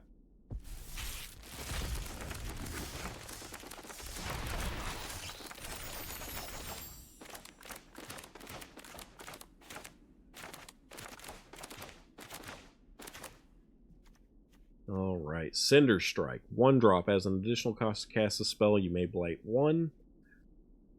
So you don't have to. Okay. Cinder Strike deals 2 damage to target creature. It deals 4 damage to that creature instead if this additional cost was cast.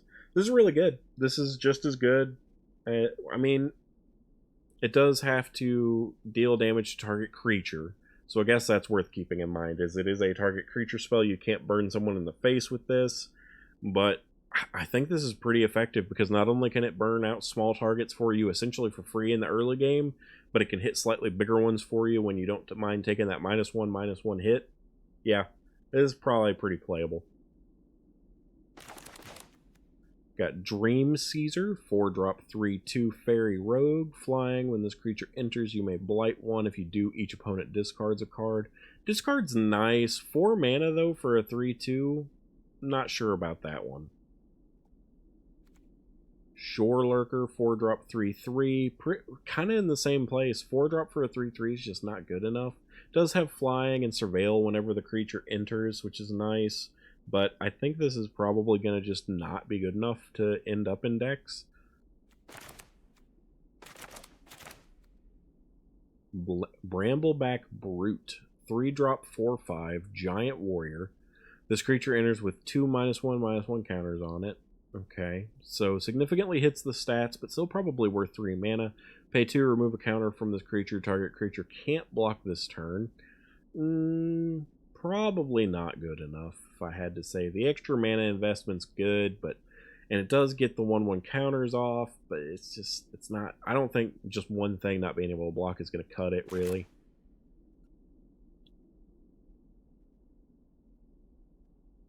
We got Prideful Feastling, 3-drop in Orzhov's colors. You could do black or white.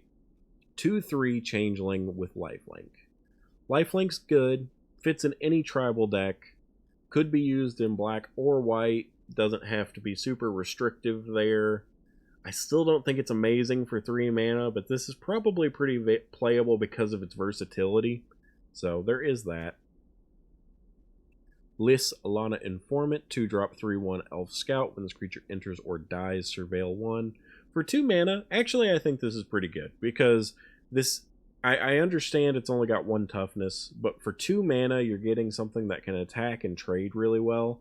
So if they want to block it, they're probably going to lose their blocker. And if you keep it for a blocker, you can actually do a really favorable trade, because this thing doesn't win fights easily. You can really pick and choose whether you're throwing it away on something that you want to get off the board or not. So probably pretty decent. And you get upside when it enters and dies. And it probably will die. So yeah, I actually think this one's pretty good. Especially in the elves again. You're seeing a cheap elf that's probably playable. Midnight Tilling, 2-drop instant, mill 4 cards, then you may return a permanent card from among them to your hand. Not terrible. It just says permanent, so you could get back a land, you could get back a creature, enchantment, artifact, whatever. You wouldn't get back instants and sorceries, essentially. And if you're playing something where you don't mind to mill yourself, this is probably pretty doable. So I think this is okay. Liminal Hold, 4-drop enchantment. When this enchantment enters, exile up to 1 target non-land permanent an opponent controls until this enchantment leaves the battlefield, and you gain 2 life. Just flat out worse than any other 3-drop exile abilities that we have available right now, and we just got the Aang's Iceberg and some other ones. So yeah, this is not gonna be used. The life gain's nice and all, whatever. Just isn't good enough. We've got Boggart Prankster, 2-drop 1/3 Goblin Warrior. Whenever you attack, target attacking goblin you control gets +1/+0 until end of turn. This one isn't fantastic. As a 1/3, it's probably not that great. But it is a goblin, so it synergizes with goblins. And that +1/+0 on target attacking creature until end of turn could be exactly what you need to make your 1/1 goblin tokens 2/1 goblin tokens that are now more of a threat to blockers. So there's some merit there that this might actually be worthwhile, at the very least just because it's a 2-drop 1/3 body. So not bad. Got another Cinder Strike. Luminalisk is a 4-drop 2/4 elemental, which is kind of meh. It's got Vivid. When this creature enters, you gain life equal to the number of colors among permanents you have. I think that's pretty meh still too. It has Death Touch, which I think it should at least have Death Touch. I think if this were a 3-drop, it'd be playable. As a 4-drop, it's pretty terrible. Twin Flame Travelers, 4-drop 3/3 elemental sorcerer, flying. If a triggered ability of another elemental you control triggers, it triggers an additional time. So that's not bad. If you're playing elementals, this one's probably going to be pretty high up on your list of ones that you want to have just so that you can get multiple triggers. Though I will say, you may be better off just using like a Roaming Throne or something. I'm pretty sure that's still in standard. Has the exact same ability, but a ward effect. And would just be better. Same mana cost too. The only difference is that it doesn't fly, but the ward effect really makes up for that. So yeah, anyway there. Kindle the Inner Flame. Could use both in fact too though in a deck, so there's that. But 4 mana is so expensive. Kindle the Inner Flame, 4 mana, Kindred Sorcery Elemental. Create a token that's a copy of target creature you control except it has haste, and at the beginning of your end step sacrifice the token. Flashback for 2, but you have to behold 3 elementals. I don't know if you'd be able to behold the 3 elementals every single time, so that actually is eh. The flashback's nice. Getting the extra creature means an extra ability trigger that could be really important. And it's something that you don't mind to sacrifice because you're going to lose it to the end of the turn anyway, but I just don't know that you're going to get to do the flashback as often as you would want to. Unwelcome Sprite is a 2-drop 2/1 fairy rogue with flying. Whenever you cast a spell during an opponent's turn, surveil 2. Not fantastic, but if you're getting a lot of Surveil, like you may really want that Surveil and play a lot of Flash flying with fairies or something like that, so this could be usable. Eclipsed Flamekin, 3-drop in Izzet colors. It is a 1/4. When this creature enters, look at the top 4 cards of your library. You may reveal among them, reveal an elemental island or mountain from among them, and put it into your hand, and the rest of the bottom in any order. 3 mana makes this kind of on the fence for me. A 3 mana 1/4 is usable as a good blocker, but just isn't quite good enough. In that regard, I'd prefer this as a 2-drop. But it does at least let you fetch that mountain, island, or elemental, so maybe it's usable. Really on the fence with this one, though. Eclipsed Boggart. We've got 3-drop in Rakdos colors. Goblin Scout, 2/3. 2/3 for 3 mana. Still kind of on the fence stat-wise. I don't prefer that. When this creature enters, look at the top 4 cards of your library. You may reveal a Goblin, Swamp, or Mountain card from among them. Put it in your hand. Put the rest in the bottom of the library in any random order. Again, very on the fence. This being 3 mana makes me feel very iffy about it. The fact that it's, Rakdos colors in black or red means that it should be fairly easy to cast, but 3 mana 2/3, just not sure. I do like the ability to get the land that you need from the top of your library. It does say swamp or mountain, and I should say this in regard to all these. All the new shock lands are, so like Blood Crypt is a swamp mountain. Meaning, if I had a Blood Crypt on the top 4 of my library, I could potentially grab it with this Eclipsed Boggart. And that's the same way all of these would work, because it doesn't say basic land or anything like that. So, I don't know. I don't know if I would use it, but there is some potential. Sizzling Changeling, 3-drop 3/2. Shapeshifter, Changeling, any creature that it wants to be, or every creature, in fact. When this creature dies, exile the top card of your library. Until the end of your next turn, you may play that card. For 3 mana, I just don't think this is good enough. Twin Flame Travelers, already looked at you. We've got Graveshifter. Oh, I love that art. That is adorable. 4-drop 2/2 Shapeshifter, so all creature types. When this creature enters, you may return target creature card from your graveyard to your hand. Pretty good value, but a 4-drop 2/2 just isn't good enough. I think the art is fantastic on this one. That little dude is adorable. And I just love it. But yeah, no, I don't think the card's that good, though. We've got Impolite Entrance, 1-drop sorcery. Target creature gains trample and haste until end of turn, and you draw a card. The fact that it replaces itself for 1 mana is probably pretty good, pretty doable. Also could easily fit in a Izzet Lesson deck. Just consider for a moment, you have the Storm Chaser's Talent, pay 1 mana, draw a new card, give trample and haste to your Otter. It's pretty good. It's pretty good. Very usable. Pummeler for hire. We got a 5-drop 4/4 with Vigilance, Reach, and Ward 2. When this creature enters, you gain X life, where X is the greatest power among among giants you control.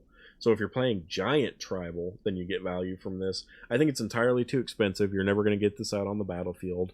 And it's just a 4/4 for 5 mana. The Ward's fine. The Vigilance and Reach is all good, but just you're not going to get up to that mana easily, and it's not worth it. Got Pyretic Strike, or Pyrrhic Strike, 3-drop instant. As an additional cost to cast a spell, you may blight 2, choose 1. If the spell's additional cost was paid, choose both instead. One is destroy target artifact or enchantment, the other is destroy target creature with mana value 3 or greater. Pretty good. 3 mana means I don't know about it, though. 3 mana, I probably just go for a Get Lost. But this is interesting. It's probably usable, but I'd say like budget removal, not good. If you want actual like competitive removal spells, could be good in draft though. I would absolutely use something like this in a draft. Let's reveal our rares. Got a rare wild card, mythic wild card. We've got a Moon Shadow. I do want these. Most of my early mythic rare wild cards are going to go to these Moon Shadows because they're so good, so cheap, goes in so many things. I'll go ahead and read over it. It is a 1-drop 7/7 elemental creature. It has Menace. When this creature enters, it does get -1/-1 counters on it. It gets 6 of them, so that makes it a 1/1 essentially. But a 1-drop 1/1 is still fine with Menace, especially when it gets bigger, which this does. When one or more permanent cards are put into your graveyard from anywhere while this creature has a -1/-1 counter on it, remove a -1/-1 counter from it. So yeah, this is already extremely playable. It is a 1-drop 7/7 that is going to get closer and closer to that 7/7 stats the more things that you put into your graveyard. Now, it does say one or more creatures are put into your, or cards are put into your graveyard from anywhere, so you do want to make sure that you're getting multiple singular attacks or effects rather than one multiple effect, because if you have to put like 3 things in your graveyard, then you're only going to get rid of 1/1 counter. But if you have to get rid of one thing 3 times, then you're getting rid of 3 1/1 counters, so it's much better. Temple Garden, so Selesnya Shockland, super happy. Hollowed Fountains, Azorius Shockland, super happy. Overgrown Tomb, this one's one I really do want because Golgari is one of my absolute favorite combinations. Golgari and Rakdos are my go-to color combinations. So any Shocklands I get of those colors are going to be absolutely amazing because those are the lands I'm going for first. So Overgrown Tomb, super happy get. We have another one of these Hexing Squelchers, which I'm happy to see. I love this card, actually. Seeing the first one, I was really impressed with it, so getting more makes me happy. We've got Kinscar Sentries, a 2-drop 2/2 Kithkin Soldier. It has First Strike, it has Lifelink, so pretty good already. 2-drop 2/2 is acceptable. First Strike, Lifelink's is a really good 2/2 for 2 mana. And then whenever this creature attacks, you may put a creature card with mana value X or less from your hand onto the battlefield, tapped and attacking, where X is the number of attacking creatures you control. This thing is crazy and really good because it lets you get things out on the battlefield for free. They come in tapped and attacking, so it could be any number of them. Oh my gosh, you could dump your whole hand on turn 3. Potentially. I mean, like, realistically, you play something turn 1, any kind of creature, play this turn 2, then turn 3, play another creature maybe, attack him with the 2 that you've got, and then you have 2 from your hand that you can get down onto the battlefield probably, as long as they're 2 mana or less. So yeah, really good actually for an early aggressive start. We've got Slumbering Walker, 5-drop Giant Warrior. It's a 4/7. This creature enters with 2 -1/-1 counters on it at the beginning of your end step. You may remove a counter from this creature. Whenever you do, return target creature card with power 2 or less from your graveyard to your battlefield. Pretty good, pretty acceptable top end. Because 5 mana is pretty expensive, and the -1/-1 counters are pretty meh. But those are going to come off of it very quickly and get you back things from your graveyard if you're playing a lot of weaker creatures. So I could see this in a Boros deck pretty easily. And then our last rare here, we've got Champion of the Weird, which I still love that art. This goblin looks awesome, which I should say the Moonshadow looks absolutely amazing too. But Champion of the Weird, 4-drop 5/5, already pretty good. Goblin Berserker, so it fits in Goblin synergistic. As an additional cost to cast the spell, behold a goblin and exile it. I don't know how I feel about that. Pay 1 life, blight 2, target opponent blights 2. Activate only as a sorcery. When this creature leaves the battlefield, return the exiled card to its owner's hand. Weird is accurate. Exiling it from your hand, I mean, it could be unimportant. That could not be a bad thing at all. And it gets it out of your hand so that your opponent can't, like, make you discard it or anything. So I guess there's some benefit there. And you can blight to make your pay 1 life and blight to make your opponent blight. It's not a tap ability though, so that means you could do this as soon as this enters the battlefield. Really interesting. Really strange card. Not bad, just not totally sure how I feel about it at the moment, but it's an interesting one for sure. Let's go ahead and get into the next packs. Got 23 more of these regular packs to go through. Trying to go through as quick as I can, while still, like, reading everything. Okay. Temporal Cleansing, 4-drop sorcery, convoke. The owner of target non-land permanent puts it into their library, second from the top or bottom. I don't know if I've already read this one. I feel like I probably have. I don't think it's very good. Evolving Wilds, just a reprint. I mean, I'm fine with them keeping this in standard. It's also a really important card for landfall, which is still prevalent. But, yeah, nothing really to look at there. Enraged Flamecaster. 3-drop, 3/2, elemental sorcerer, has reach. Whenever you cast a spell with mana value 4 or greater, this creature deals 2 damage to target opponent. I think this is pretty okay. It fits in the elemental. As a 3/2, it's not fantastic, especially for 3 mana, but it's a reach blocker, which could be really relevant, and you get upside for just playing expensive creatures, so I think this is fine, especially if you're doing some kind of an elemental deck or something like that. There's probably benefit to it. Crossroads Watcher, 3-drop, 3/3 Kithkin Ranger, has trample. Whenever another creature you control enters, this creature gets +1/+0 until end of turn. We've got Reckless Ransacking, 2-drop instant. Target creature gets +3/+2 until end of turn, and you create a treasure token, which isn't terrible, actually. So as far as combat tricks go, this is a pretty good one, because at least it ups your mana for you as you go. So there's some value here. This could be used in a Rakdos deck or something pretty successfully, I would imagine. We've got Summit Sentinel, 2-drop Elemental Soldier, 1/3. When this creature dies, draw a card. So, I mean, it's a 1/3 blocker for 2 mana that has upside when it dies. I think that's pretty playable in blue, if I'm being honest, so probably okay. Let's see, anything else new here? Flamekin Guildweaver, 4-drop, 4/3 Elemental Sorcerer, trample. When this creature enters, create a treasure token. For 4 mana, just giving you 1 treasure token, I don't think this one's good enough, especially not for a 4/3. The trample's okay, but yeah. So I don't love this one. We've got Chaos Spewer. Pretty cool looking art for that one too. It's a Goblin Warlock, 3 mana, 5/4. Pretty good stats for 3 mana. When this creature enters, you may pay 2 if you don't blight 2. Okay, so that's why it has decent stats, is because it comes with that blight feature. Or you could pay 2, so this would be a 5 mana, 5/4, which isn't nearly as good. I think this is probably playable, though. You could put this in a fairly aggressive Rakdos deck and get plenty of value off of that 3 mana, 5/4. Sun Dappled Celebrant. It's a 5-drop, 5/6 Treefolk Cleric. It does have Vigilance, and it has Convoke. It's really expensive. It's a 6-drop. I don't know if I said 5 or 6 to begin with. This is a 6-drop, so you're going to have to Convoke pretty hard. And most of the tree folk that I have seen so far haven't been particularly cheap mana-wise, so yeah, I don't think so with this one. Got another Runaway Together. Got Dose of Dawnglow, 5-drop instant. Return target creature card from your graveyard to the battlefield. Then if it isn't your main phase, Blight 2. I mean, obviously, you're still going to be better just using a Zombify. But this is instant speed, so you could ambush somebody with this. The other one that I've seen that has this ability is the one that's like, do this or destroy target creature. So, it being instant speed, it's potentially includable. Nameless Inversion, 2-drop, Kindred instant shapeshifter, changeling.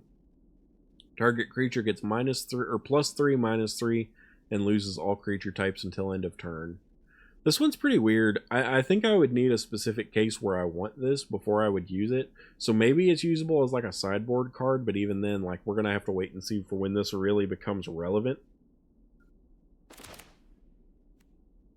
Got String Slinger, 3-drop Goblin Warrior. It's a 3/3. Pay 2 and tap, Blight 1. This creature deals 2 damage to each opponent. I don't think that's very good. Soulbright Seeker, 1-drop, 2/1 Elemental Sorcerer. Probably already playable, just the fact that it's a 1-drop 2/1. As an additional cost to cast the spell, behold an elemental or pay 2. So in an elemental deck, this is probably one of the better cheap elementals that you'd want to have out early, especially since behold requires you to reveal, so probably usable though. Pay 1, target creature you control gains trample until end of turn. If this is the 3rd time this ability has resolved this turn, add 4 mana. So if you do this 3 times, you get 4 mana. I actually really like this card. I'm not gonna lie, this one's good. I think this one would absolutely, if I was gonna do Elemental Tribal, this would be a must include in my opinion.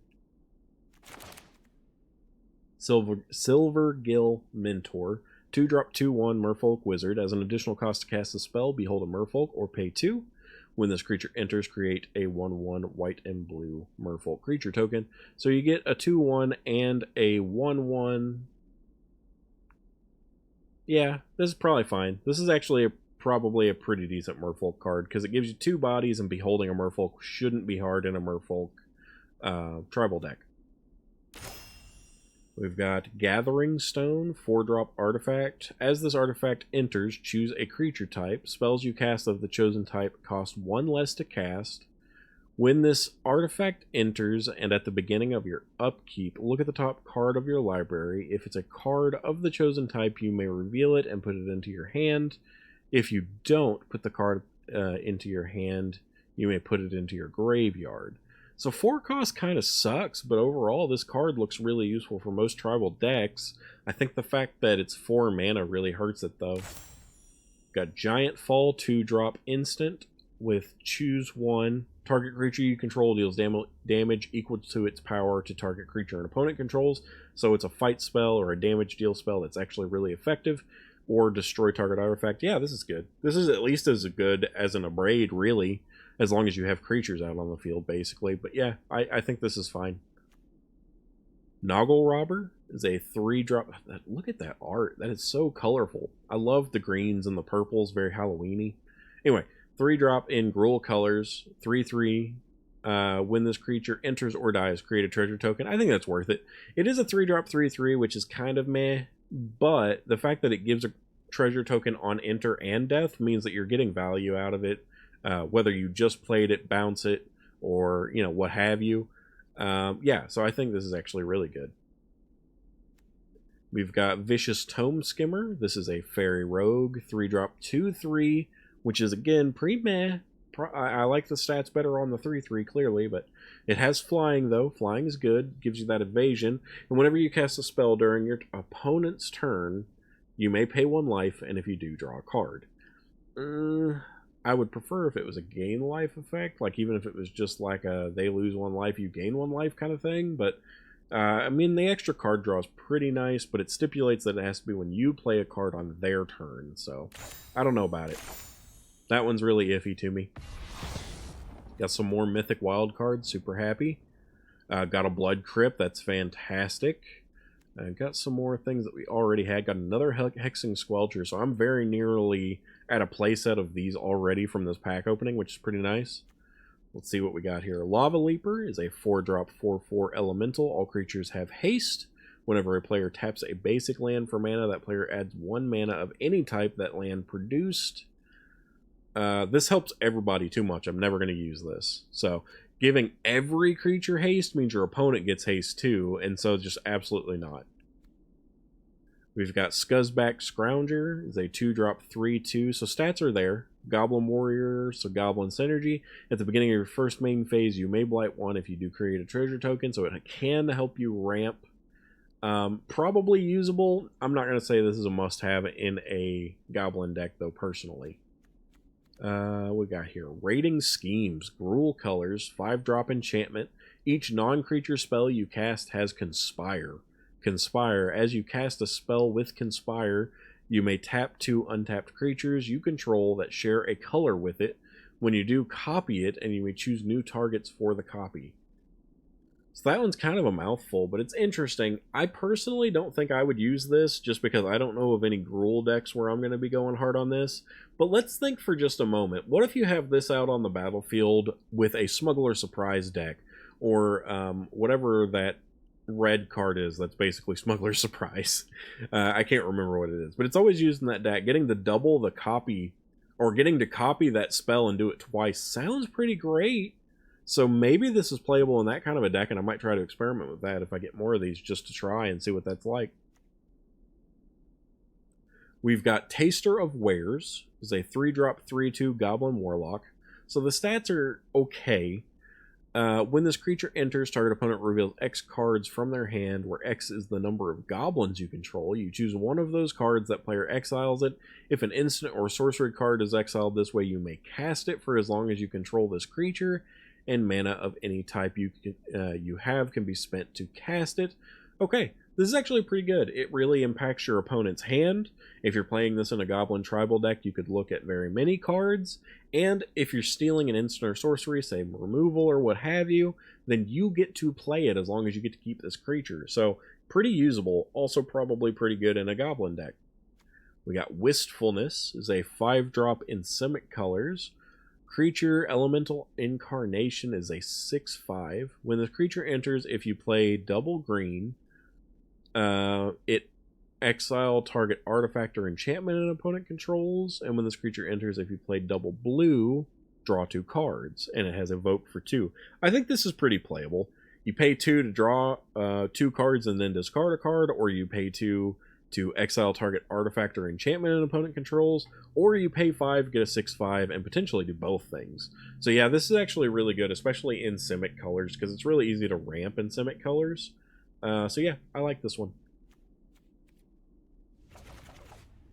Alright, this is our last big bulk 10, so we'll go through it.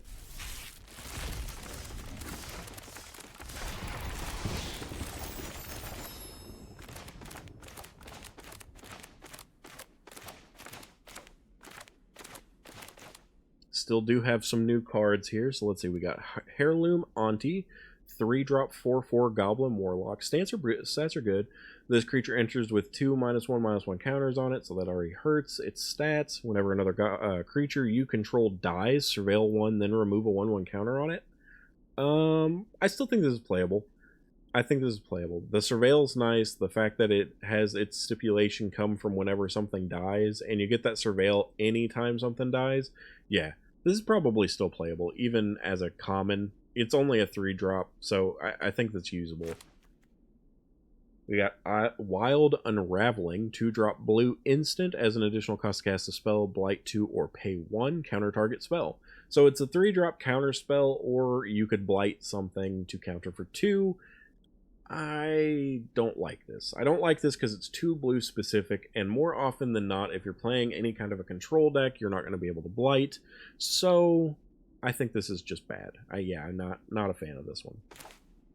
Assert Perfection. I feel like I already looked at this one. Yeah, this is that fight spell or a deal damage spell I saw earlier that was pretty good. So there's that. I don't know why it's showing it as new or first. Probably a reprint of some kind or something. Temporal Cleansing, pretty sure same situation there. So much fewer new cards to look at this time. Here we go. Kularath Zealot is a 6-drop 6/5 elemental warrior.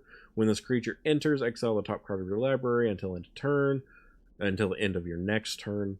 You may play that card. It also has land cycling, so you can, discard it to go fetch a land. I don't know about it. I guess you could be playing it into black and do some of these new...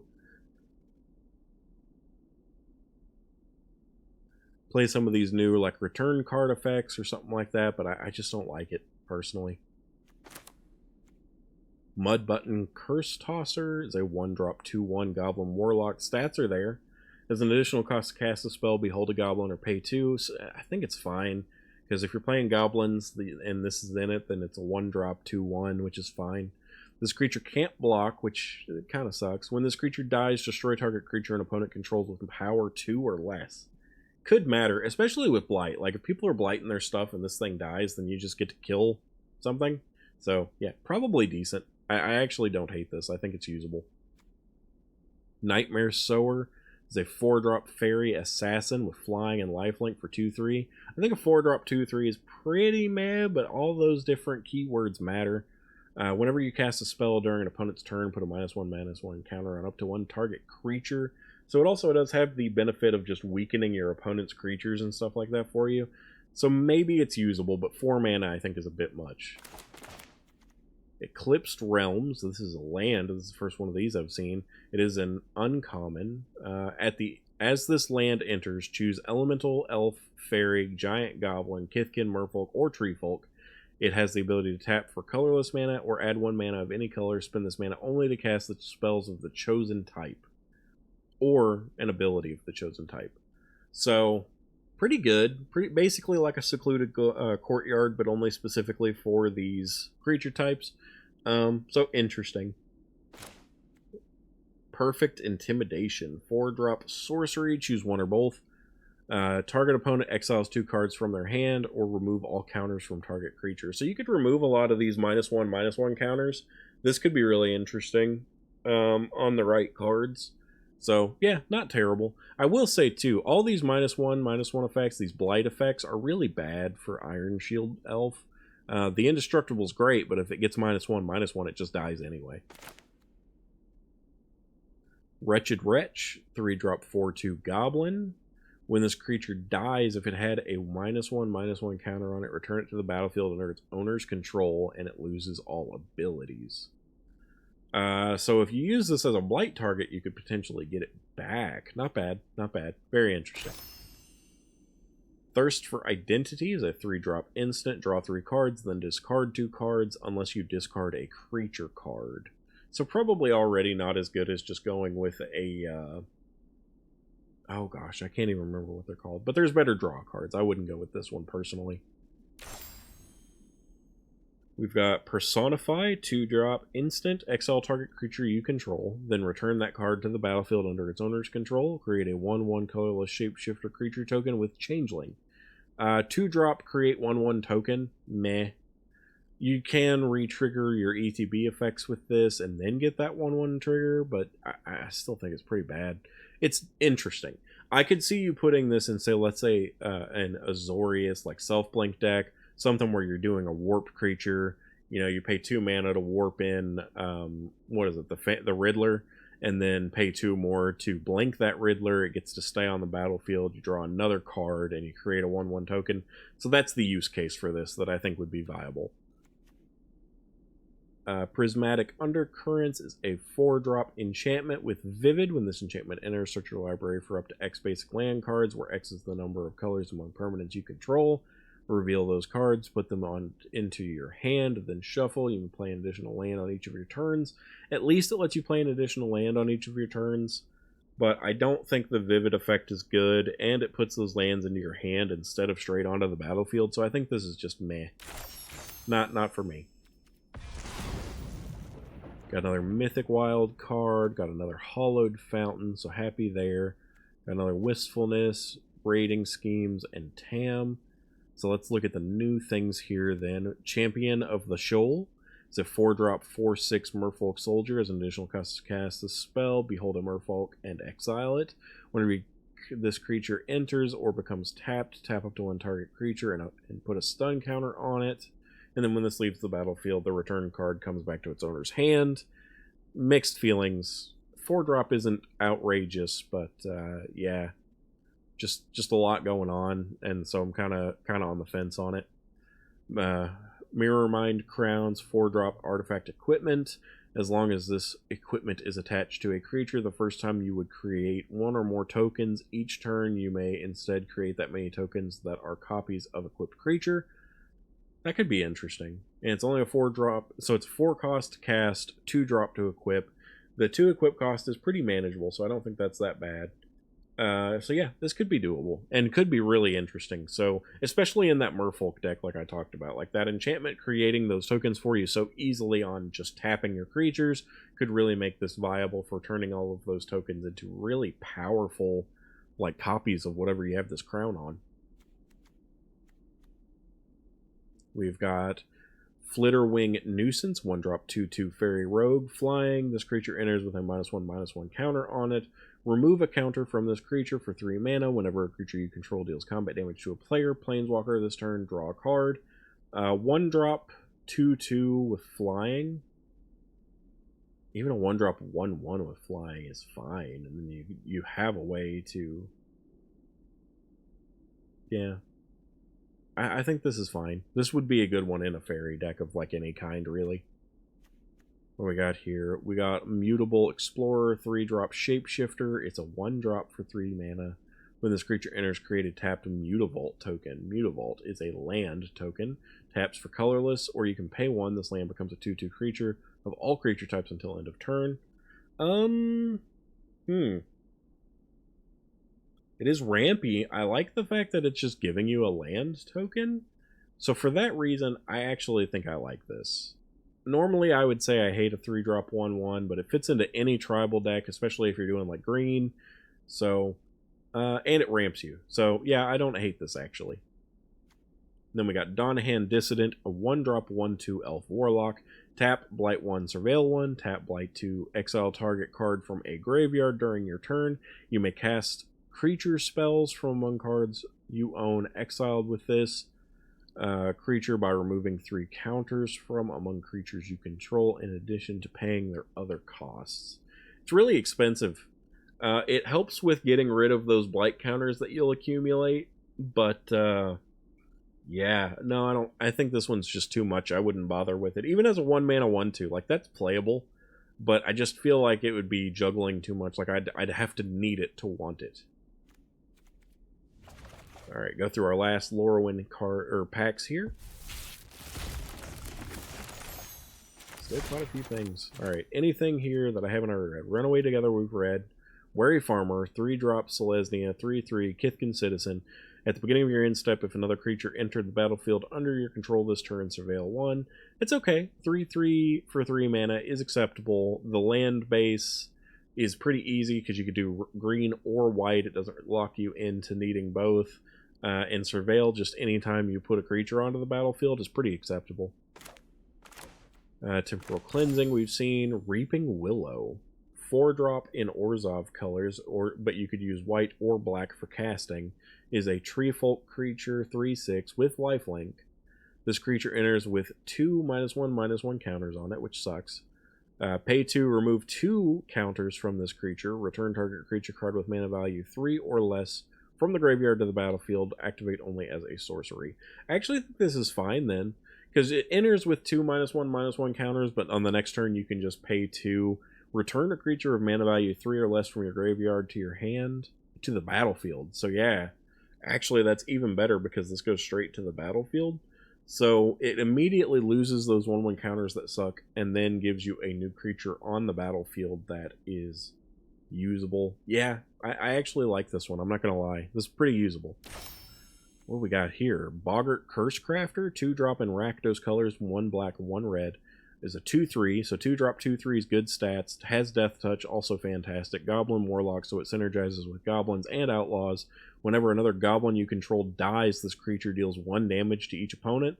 I think this one's fantastic. This is going to go in any Rakdos goblin deck for sure, and be good every single time. I like it. We got our 3 rares here. Nothing new in these top 2, but we got a Shadow Urchin. 3-drop in Rakdos colors. You could do black or red. It looks like the creature type is an Ufe. I'm not even sure what that is. And I like a lot of mythology and stuff, but I'm not sure what that one is. It's a 3/4 creature for 3 mana. Whenever this creature attacks, Blight 1. Whenever a creature you control with 1 or more counters on it dies, exile that many cards from the top of your library until your next end step. You may play those cards. There's a really strong chance I would never play this card, so even though it's in my colors and it seems interesting, I don't love it. Alright, last thing here, we've got 5 golden packs. I'm going to go ahead and open up. Hopefully we get a couple more good things from this new set in these.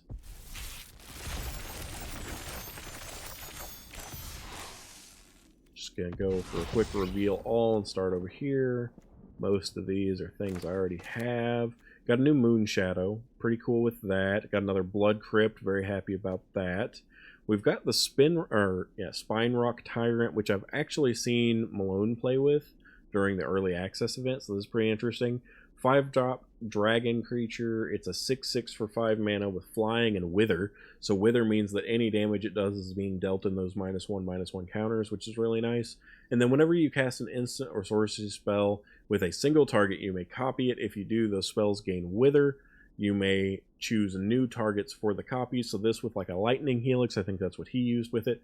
Now the -3, or now the 3 damage dealt by lightning helix becomes wither damage, putting those -1/-1 counters on your opponent's creatures, as well as healing you. So really, really nice, really nice.